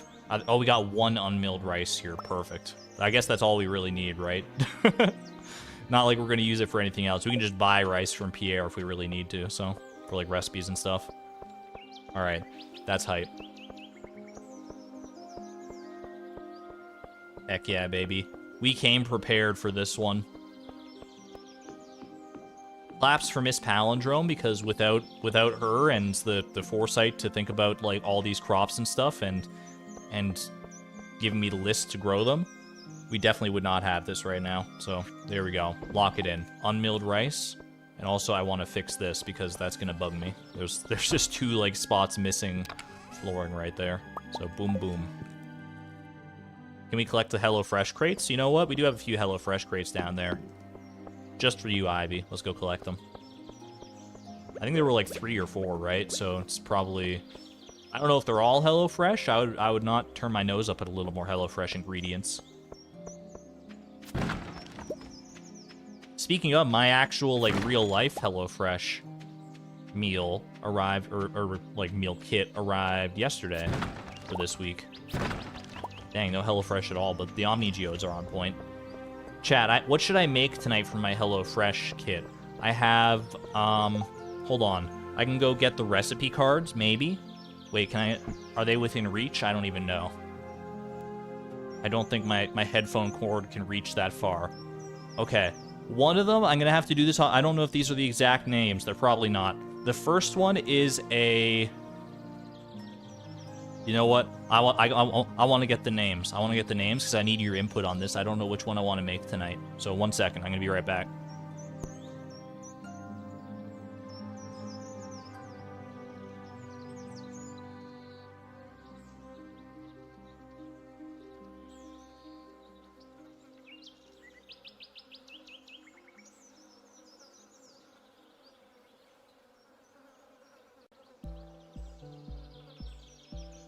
Boom. Literally 1 second.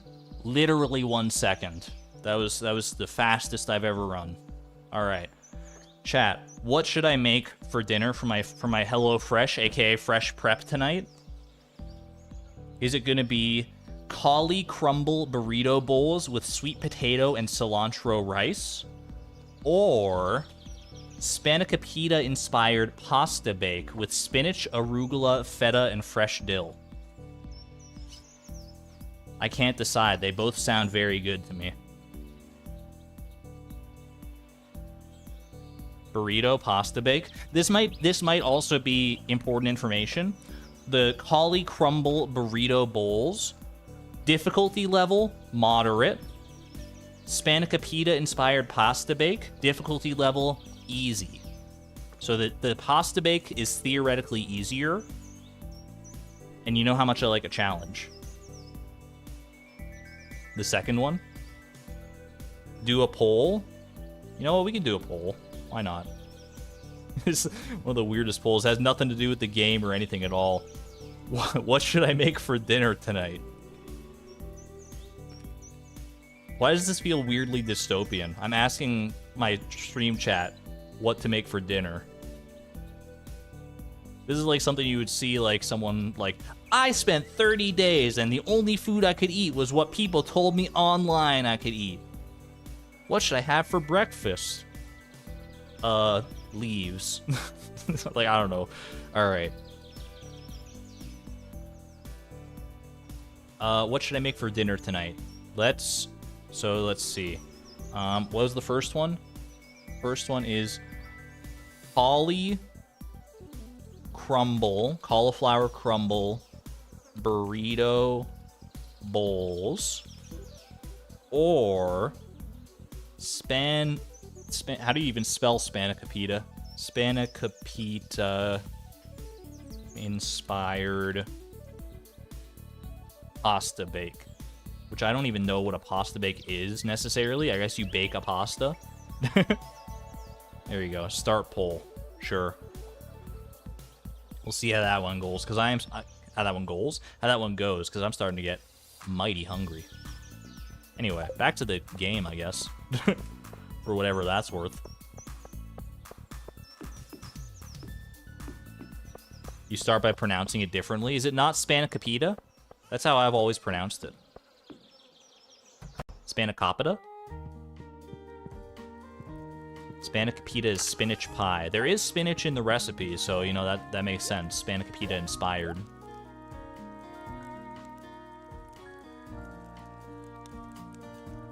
HelloFresh is really good for vegetarian recipes. They are, actually. I've had quite a few vegetarian recipes from HelloFresh, and they're always, like, top-notch. Spanakopita? Spanakopita? That makes me think of, like, a spider, though. Like a spider. Spanakopita? Spanakopita. Spanakopita? I'm getting like 80 different pronunciations. I'm just gonna call it Spanakopita. People know what I'm talking about, I think. Anyway, can I just sleep for the night, I think? I think we're gonna just lock it in now. Boom. Stingray caught. Unmilled rice shipped. 'Twas a good day. Hey there.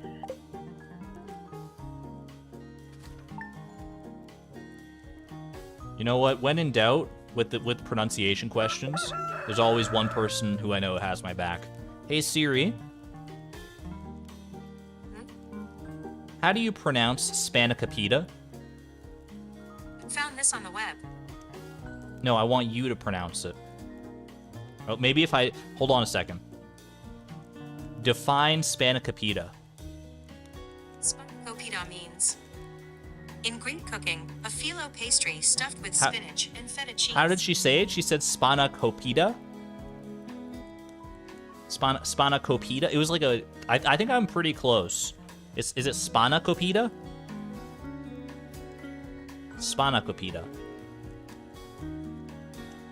Define Spanakopita. Spanakopita means...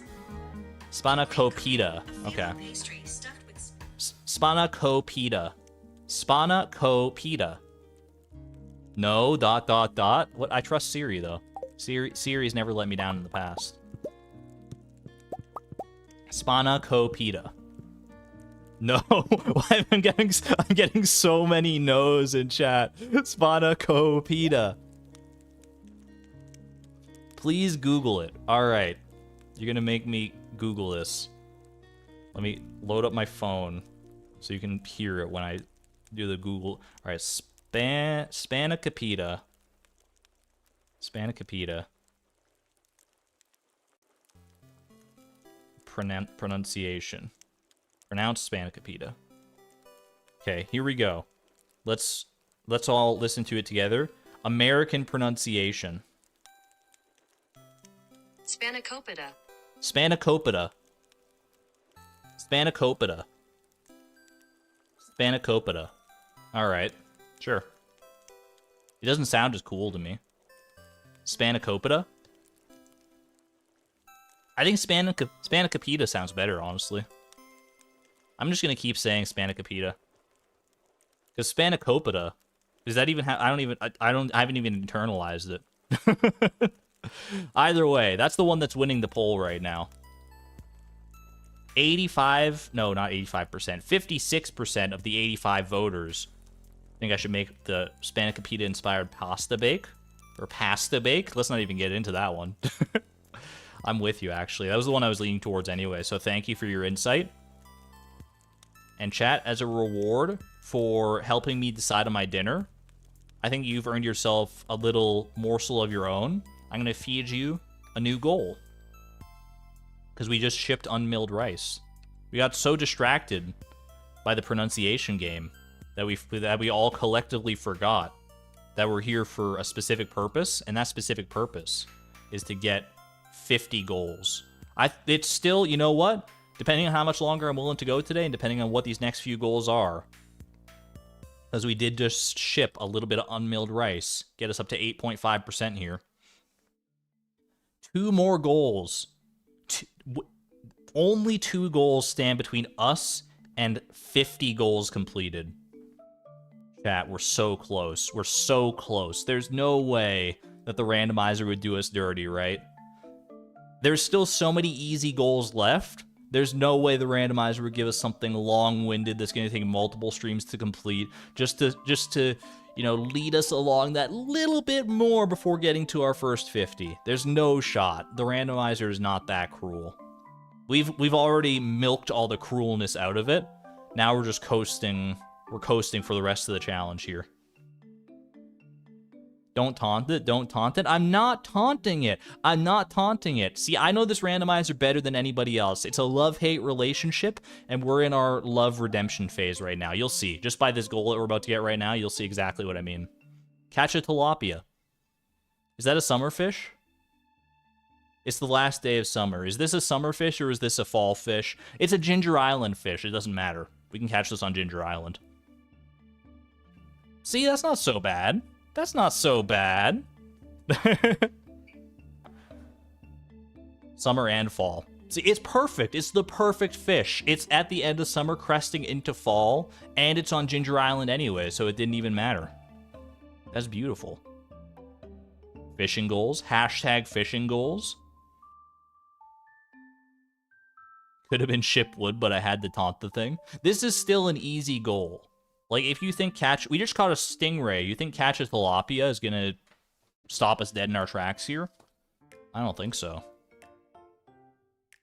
How much XP is it, though? Not enough.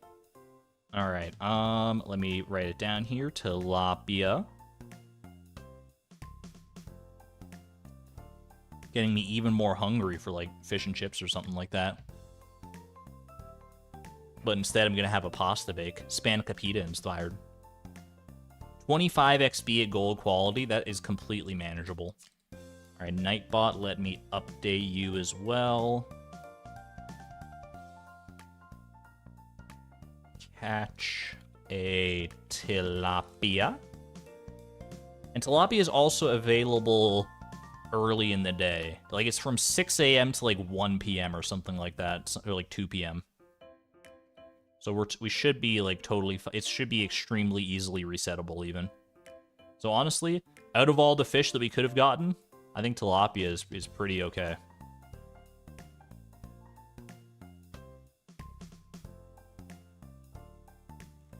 Bring you back in.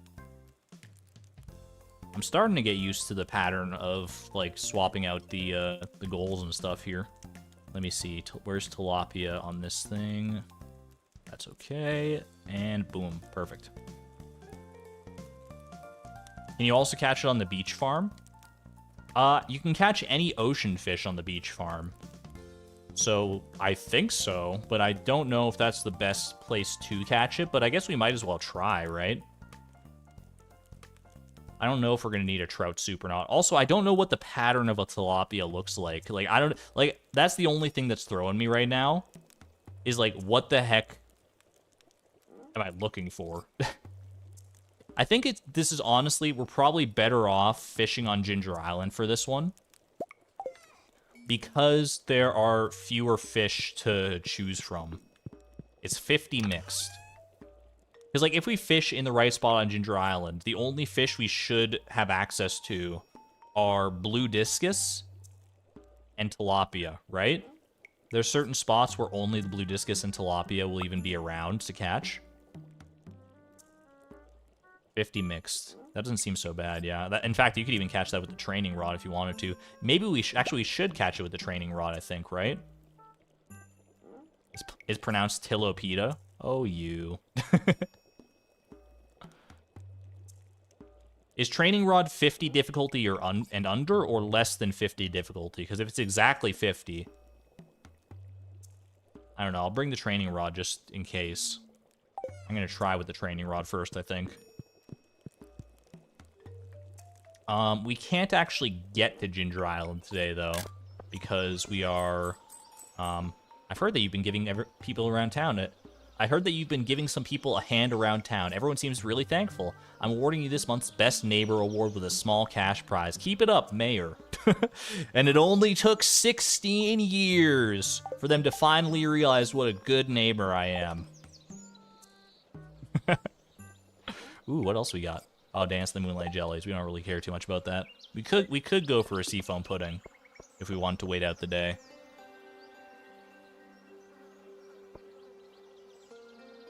The training rod can only catch fish, basic fish whose difficulty are lower than 50. So if it's exactly 50, it's not going to work.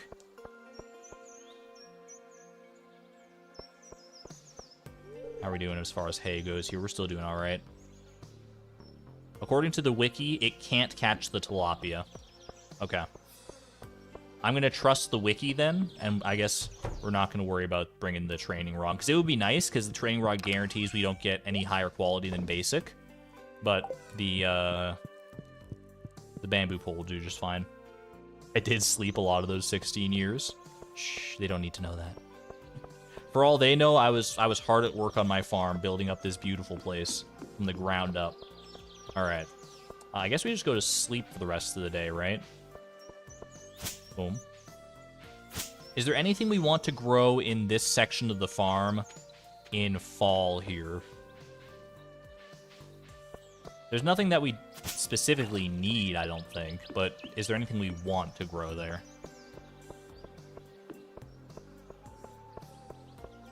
Because we're going to have, what, like, we're going to have, like, a little over 60 spots left, I think, to plant stuff in, because there's the spot for the 50 wheat, plus, like, 10 taro roots, plus I think there was, like, 1 pineapple plant as well.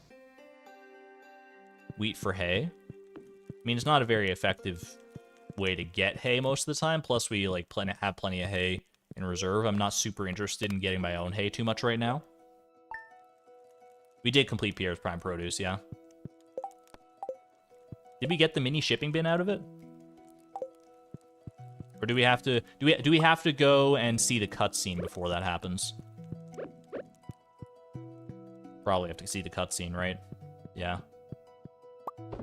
Which we'll see next time we go to Pierre's anyway, so I'm not stressing.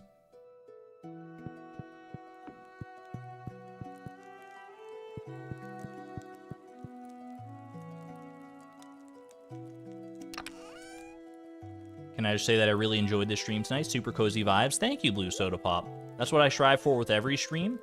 Some streams end up being cozier than others. I'm glad this has been a good one for you. We could just grow a bunch of... We could grow a whole bunch of eggplants. That's true. Pumpkins for Abigail. You know what? I kind of feel like being a bit normie and just growing some pumpkins. Is that crazy of me to say that I just want to grow some pumpkins? Even if not just for Abigail, but just to have, like, a little pumpkin patch. Like, part of me wants to just like, grow the pumpkins and also turn off the Junimo harvesting. So that we can just enjoy the pumpkins. It is the season for it. I mean, it's October in real life right now, too. I just want to grow some pumpkins, dude.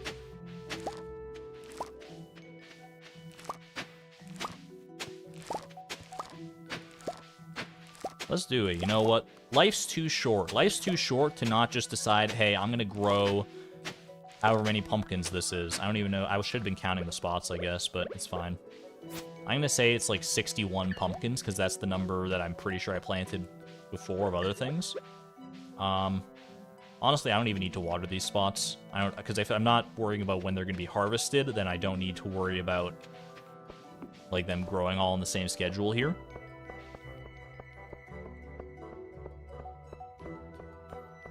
Oh, wait, hold on, though. Hold on a second. If we get a giant pumpkin, is that a problem?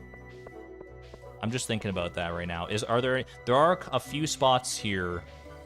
Wait, there's exactly one spot where a giant pumpkin could show up. Is that a problem if we get that? I'm trying to think.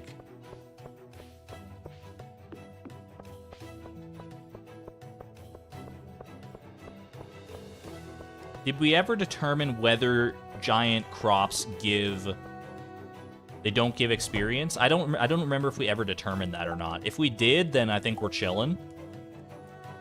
It'll have to stay forever. Yeah, I don't know if it gives us farming experience. They don't, you're 100% sure. Blue fire. I don't remember if I ever tested in the past. Oh, sorry, Pam. But I think you are correct, actually. Plant one eggplant in the middle. Just to break it up, just to be on the safe side. I kind of want the giant pumpkin if we get the chance, though. That would be kind of fun. Hold on, I'm waiting in line for my pumpkin seeds. This is a new experience for me, having to wait in line. Gus, I have just the thing for you. I'm all ears. It's a bundle of locally sourced organic heirloom veggies. These are hand-picked and sorted to ensure only the very finest in quality and taste. He brings up a barrel full of the best quality wheat you've ever seen. Like, this is a once-in-a-lifetime kind of offer. Sounds pretty good. I could use some quality veggies for the saloon. What can you make? What can you make out of wheat? Out of raw wheat? What kind of dishes can you even make? Like okra or something? Only mumble. ... What was that? For a moment there, I thought I heard $25,000. Oh, dude, that's a steal. That's right. It's really a bargain, isn't it? Pierre, are you crazy? I'd have to sell the saloon to afford that. Bread. You'd have to, like, grind up the wheat yourself. Like, you can't make... I guess you can make bread from raw wheat, but you just have to, like, grind it down into not raw wheat first. I overheard the price. That's outrageous. You should be ashamed. Who the heck are these people? I mean, I know Gus, but, like, what about her? What's her deal? What about 10,000 gold? Bruh. It's a disaster, Beatrix. I thought this was a surefire business strategy. But as it turns out, no one is willing to pay vegetables at 10 times markup price, even if they put the little organic sticker on them. Bro, how do you put a sticker on wheat? I guess you put it on the wheat display. You should be less greedy. You win some, you lose some. Can't run a business without taking some risk. By the way, I'm here to sell you 900 more ancient fruit. I hope you're ready. Want to buy these back for the low price of $25.01? Honestly, sure. I could probably get some mileage out of that wheat. Anyway, I'm here for pumpkin seeds in actuality. 50, 60. Do we break up the one spot where we could get a giant crop with something else? A single eggplant? A single sunflower, maybe? Nah? You know what, Scoria? You're right. We're gonna go all the way. If we get a giant pumpkin, then it was meant to be, and I'll happily accept the giant pumpkin into the fold here. And then I'll wait for the 1.6 update when surely Concerned Ape will have heard my pleas that you can turn giant crops into Junimo huts, into like stylized Junimo huts. Could you imagine a bunch of Junimos living inside of a giant pumpkin? Have you ever heard of anything cuter than that in your life? I don't think so. They come out, they're all wearing little like witch hats, like little Halloween hats. All right, let's lock this in. I love it so much. I wonder if there's already a mod that does that. It feels like kind of a no-brainer when you think like giant crops, Junimo huts. They're like roughly the same size. I think giant crops are technically bigger as far as like their footprint goes, but if you stylize it the right way, then I'm sure it's fine. All right, I have one pumpkin seed left. I might have just over-purchased. I don't know. Oh no, there was just one spot that I missed. Okay, there we go. We're good. We good. Also, spontaneous mushroom tree. I think one of our mahogany trees turned into a mushroom tree here. That's kind of wild.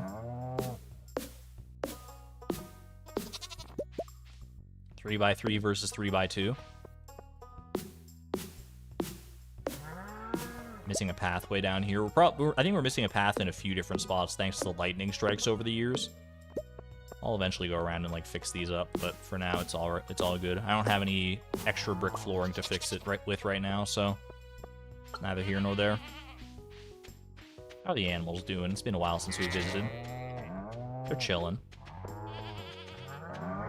They're well acquainted with their new home these days, I have to imagine. So there's, you know, they barely even see Beatrix anymore. Every so often in passing, but she never visits. You got a 99% on your midterm thanks to Beatrix's blessing. Hey, that was all you, Peridot Whale. I'm glad Beatrix is there to be your cheerleader, but also you put in the hard work and you got that grade. Congratulations. Very well done. That's huge. They're basically wild animals. They kind of are, aren't they? They run their own farm. There's probably like a whole side plot. If this was a TV series, there's a side plot going on with all the animals. Cult of the Lambda is rising strong.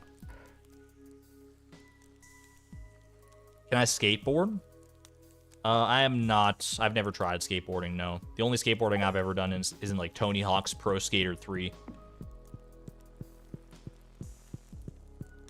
Your first college midterm, so you were nervous. Knocked it out of the park, though. No worries. You nailed it. Congratulations. All right. What are we doing next? I guess I should go to... Now that I've planted those, they're all ready to go. We move on to Ginger Island next, I think. Because we need to catch this tilapia. The best place to do so, I'm going to stake my claim and say that it is, in fact, Ginger Island. In one of the freshwater areas. Because the tilapia is weird like that. In most places around the valley, you can only catch it in the ocean or in, like, salt water. But on Ginger Island, it's a freshwater fish, which I think actually lines up with reality, right? Tilapia is freshwater in real life. I've never been that familiar with it outside of Stardew Valley.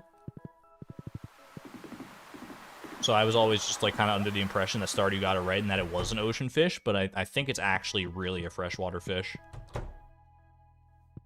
Which is maybe why it's gotten fixed or updated in, it got fixed in like the Ginger Island update in 1.5, but it didn't get updated for other areas. It's just that specifically on Ginger Island for some reason it's changed, which honestly makes it a little bit weirder. But you know what? Go off, Concerned Ape. You do you. Lingcod is a saltwater fish in real life. You know what? You can't win every time, I guess. All right, couple wolf totems. I'm not mad about that. Let's go ahead and lock it in, and then we just start fishing tomorrow, I guess. No harm done. I don't think we're missing anything here. IRL, they can be brackish watered fish. Is brackish water like part saltwater, part freshwater? It's like where the two meet. Is that what makes water brackish? I'm not going to start with a trout soup. I'm just going to go ahead and fish and see what I got here. Blue discus flashbacks right now. How long ago that was. Gosh, I can't even... Blue discus, it feels like such a distant memory at this point. I don't think we can take too much leeway as far as trash goes. In fact, I think like 2 pieces of trash on its own is enough for me to say like no and thank you. Let's try again another day here.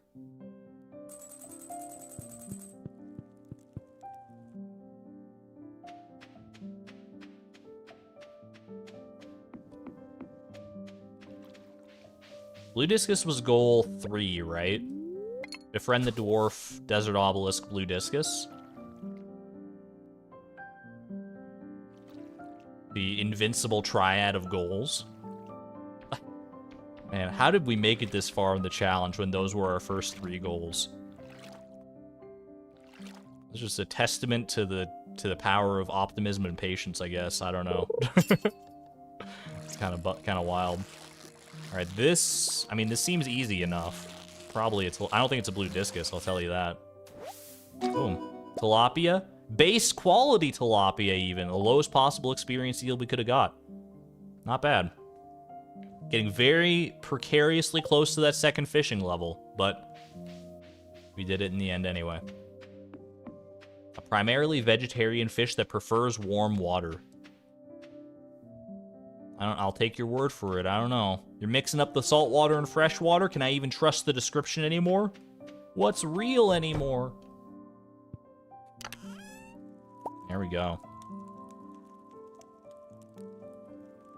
How much longer do I think the stream will be? I mean, that was goal 49. I can't stop us at goal 49, right? We have to at least see what goal 50 is. Whether we complete it or not, I have no idea. But I think, you know, we've caught the tilapia. Let's not waste any time here. Goal 50. Let's go get it.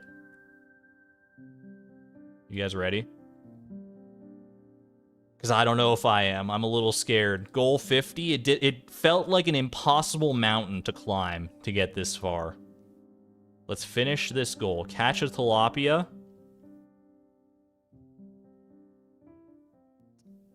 Let's do it. Goal 50, incoming.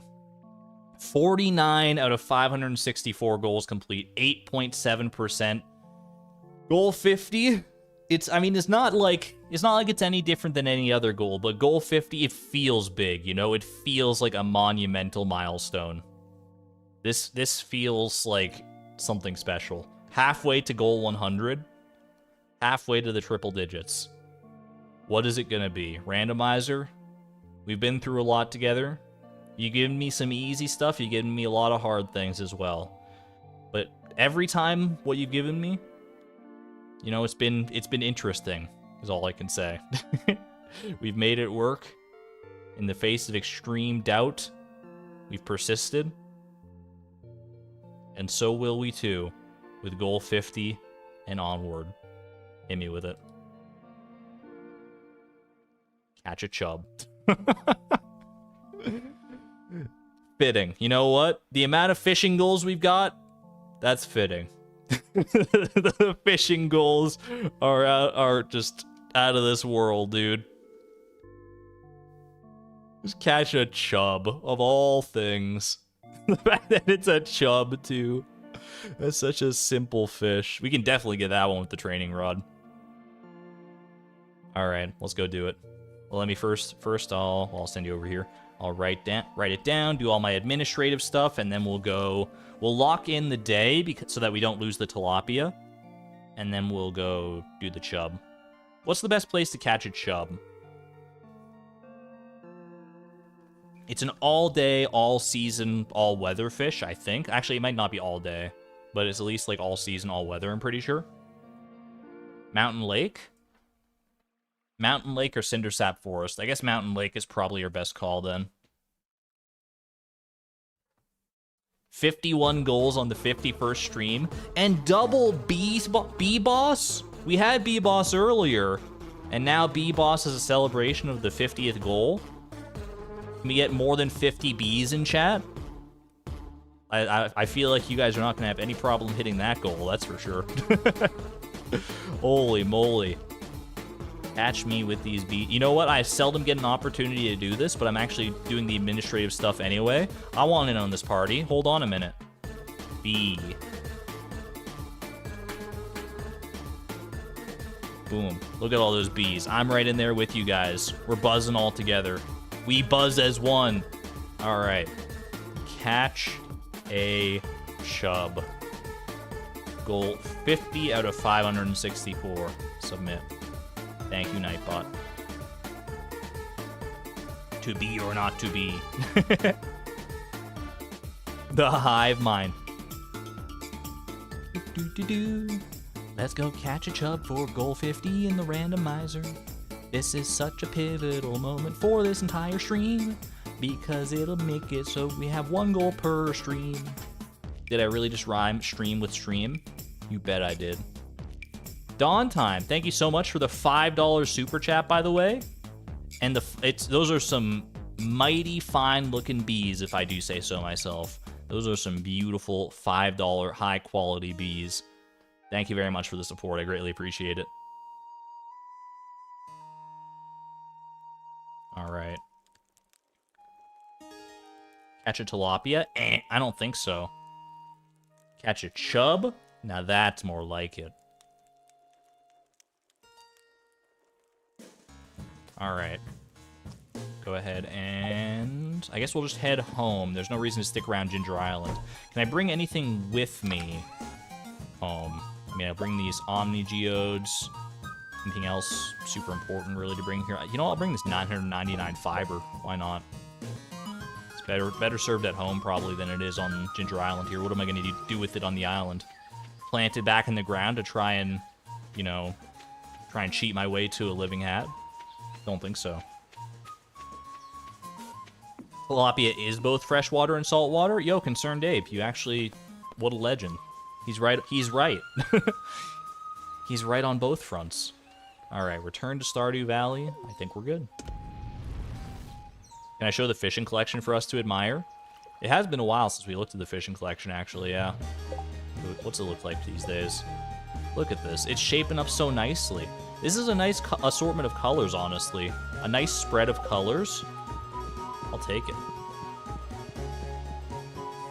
Concerned Ape is a fishologist. I believe the proper term is ichthyologist. Because fishes are icky. But I like where your head's at. Alright, yeah, so I think we go Mountain Lake and we go Training Rod. But we do it tomorrow so that we don't, like, accidentally catch green algae or something and throw everything off here.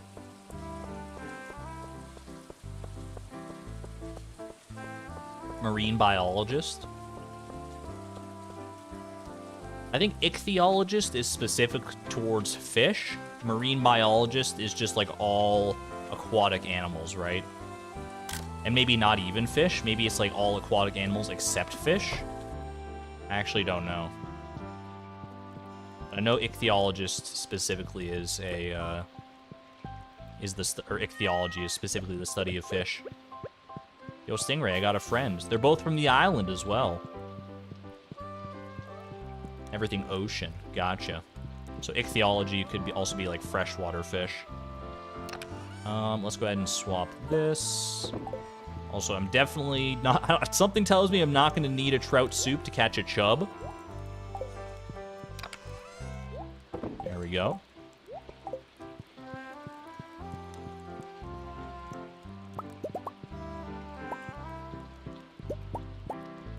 There we go. Perfect.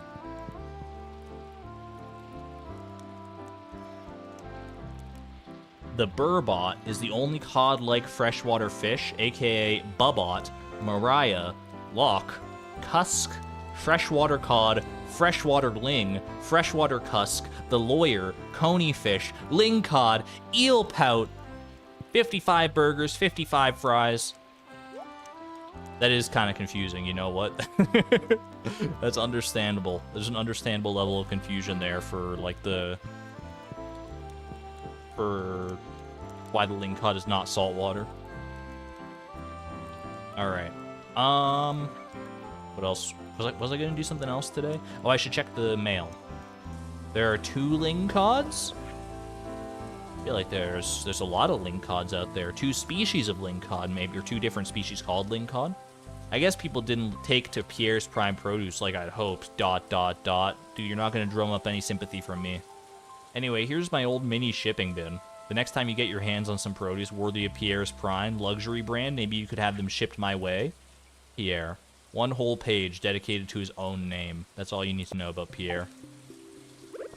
Mini shipping bin? Where should I put this? Where, oh where, should I put the mini shipping bin? For now? Right there. Ew. I don't know how I feel about putting things in this dude's nose, but you know what? It is definitely a choice. It is definitely an option. Alright, let's go ahead and lock this one in.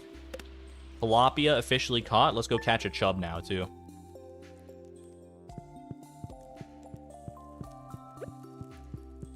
Top of the morning to ya. Headed off to the mountain lake to catch myself a chub.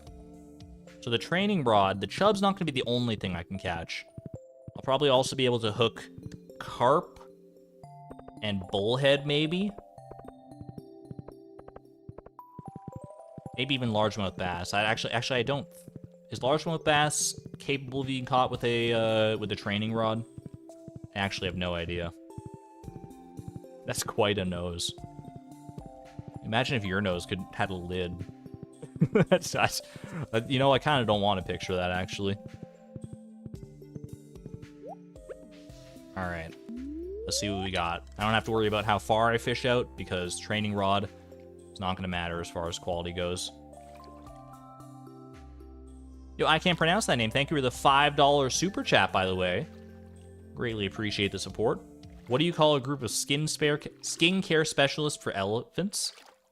Pachydermatologists. I love a good portmanteau. Green algae. I was gonna say, yeah, we could take the 3XP, but that adds to the fishing collection, so we definitely, like, literally can't take that. I always appreciate your jokes. I can't pronounce that name. They're perfect dad quality jokes. Pachydermatologist. You gave me 50 years, I never would have gotten there, I don't think.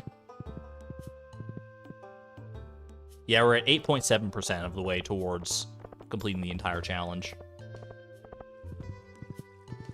Which, you know, if you extrapolate that, you know, 8.7%, round that up to like 9%. We're on stream 51 right now. If we keep up that track record for the rest of the challenge, this should only take, you know, between 500 and 600 streams. Easy, dude. Easy challenge. I should, you know, up the ante next time.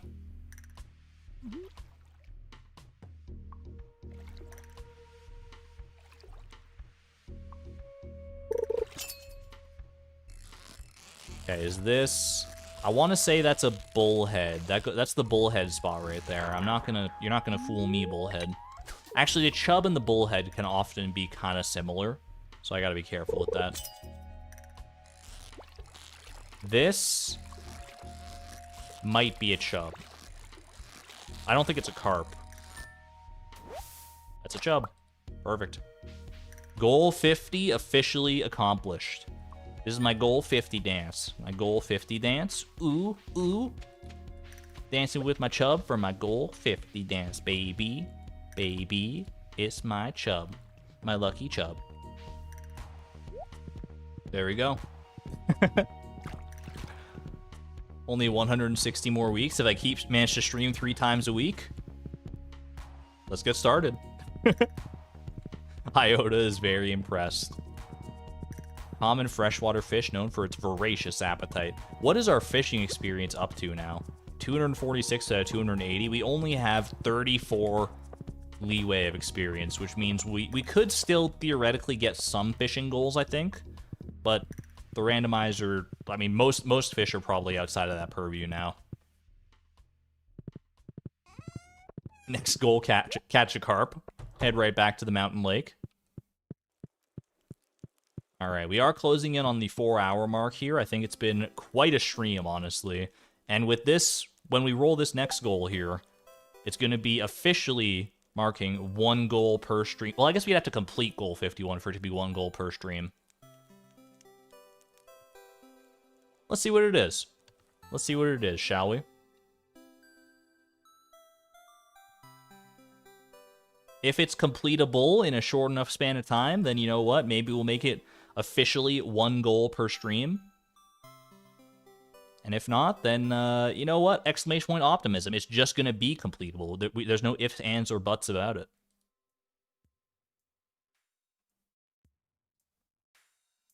All right. Catch a chub. Goal 50 officially unlocked. Now I can catch all the freaking chubs I want. 8.9%. Not only would this be 1 goal per stream, as far as like ratios go, if we can complete this next goal, but it would also push us over 9%. Could you imagine? I know I can. There's so many possibilities. So many possibilities. I almost wanted to start singing a Disney song there, but I withheld. What is this place? Isn't it neat? Could they give me an easy goal to complete? Alright, that's about as far as I'm willing to go with that. I think there's something there, though. Anyway. 9% incoming in 3, 2... not in... Let's... 3, 2, 1, go. Give me a goal. Befriend Evelyn. I think that one's gonna take a hot minute. But, I mean, I can't be mad at this sweet old lady. Look at her. This is gonna... She's gonna make our circle of friends just that much more interesting. This'll be a fun one. I don't mind Evelyn. You know what, Evelyn, I'll befriend you. No worries. What does Evelyn even like that I have lots of? She likes flowers. What does Evelyn like? Fairy... Oh, she does like fairy roses, doesn't she? We could grow a whole bunch of fairy roses if we wanted to. Diamonds and fairy roses. We do have rabbit's feet as well, so we can start with that. Chocolate cake. Chocolate cake's a bit harder for us to come by. Yeah, once all our pumpkins are grown, we can replace them with fairy roses instead and go that way. Her birthday is winter 20th. We'll actually should be able to hit that, because I don't think we're gonna get her to 10 hearts before that point. Yeah, I think fairy roses could honestly be the play here. If only we'd known. If only... Hindsight's 2020, I suppose. Either way. Let me pop back over to the randomizer real quick. Or not the randomizer, but the actual... the game here. I'll just nix this for right now. I'll update it between streams, because... lest you think we're doing otherwise, I don't think we're going to befriend Evelyn this stream. That'll take a little bit too long for my liking. I need to, like, go eat something and do other things today, so... But that was a very, very productive stream. For all I knew, we were still going to be playing Junimo Kart today, so... or, like, at this point today.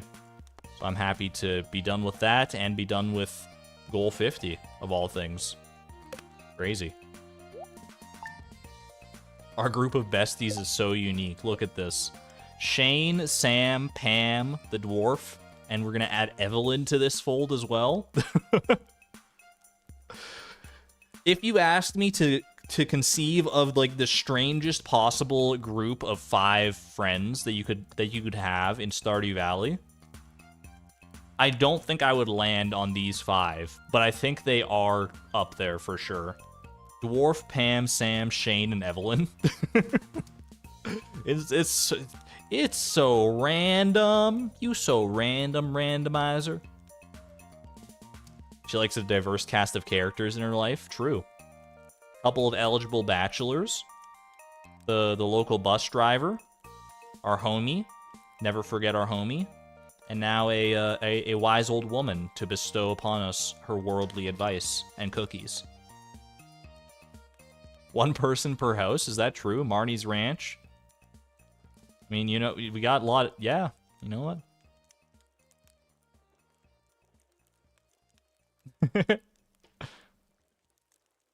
That means we need either Haley or Emily, too. Get all our neighbors up in here. Either way. I am happy with this. Haley and Emily. I guess also, like, Pierre's place. Yeah, because Pierre's, I mean, it is a house, right? Gus, too. Yeah, no, you know what? There are a lot of other houses. Now that you start listing them out, it's like, wait a minute. Either way, I digress.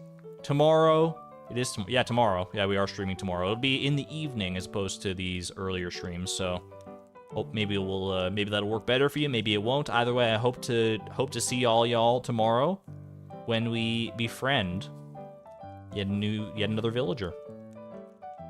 I'm looking forward to it. But until then, I'm going to send you off with the usual fan art compilation. Thank you all for joining me on this lovely, fun adventure today. Be good to one another. Be good to yourselves. And this is Argon Matrix and Beatrix signing on out. Thank you and have a good night, everyone. Bye-bye.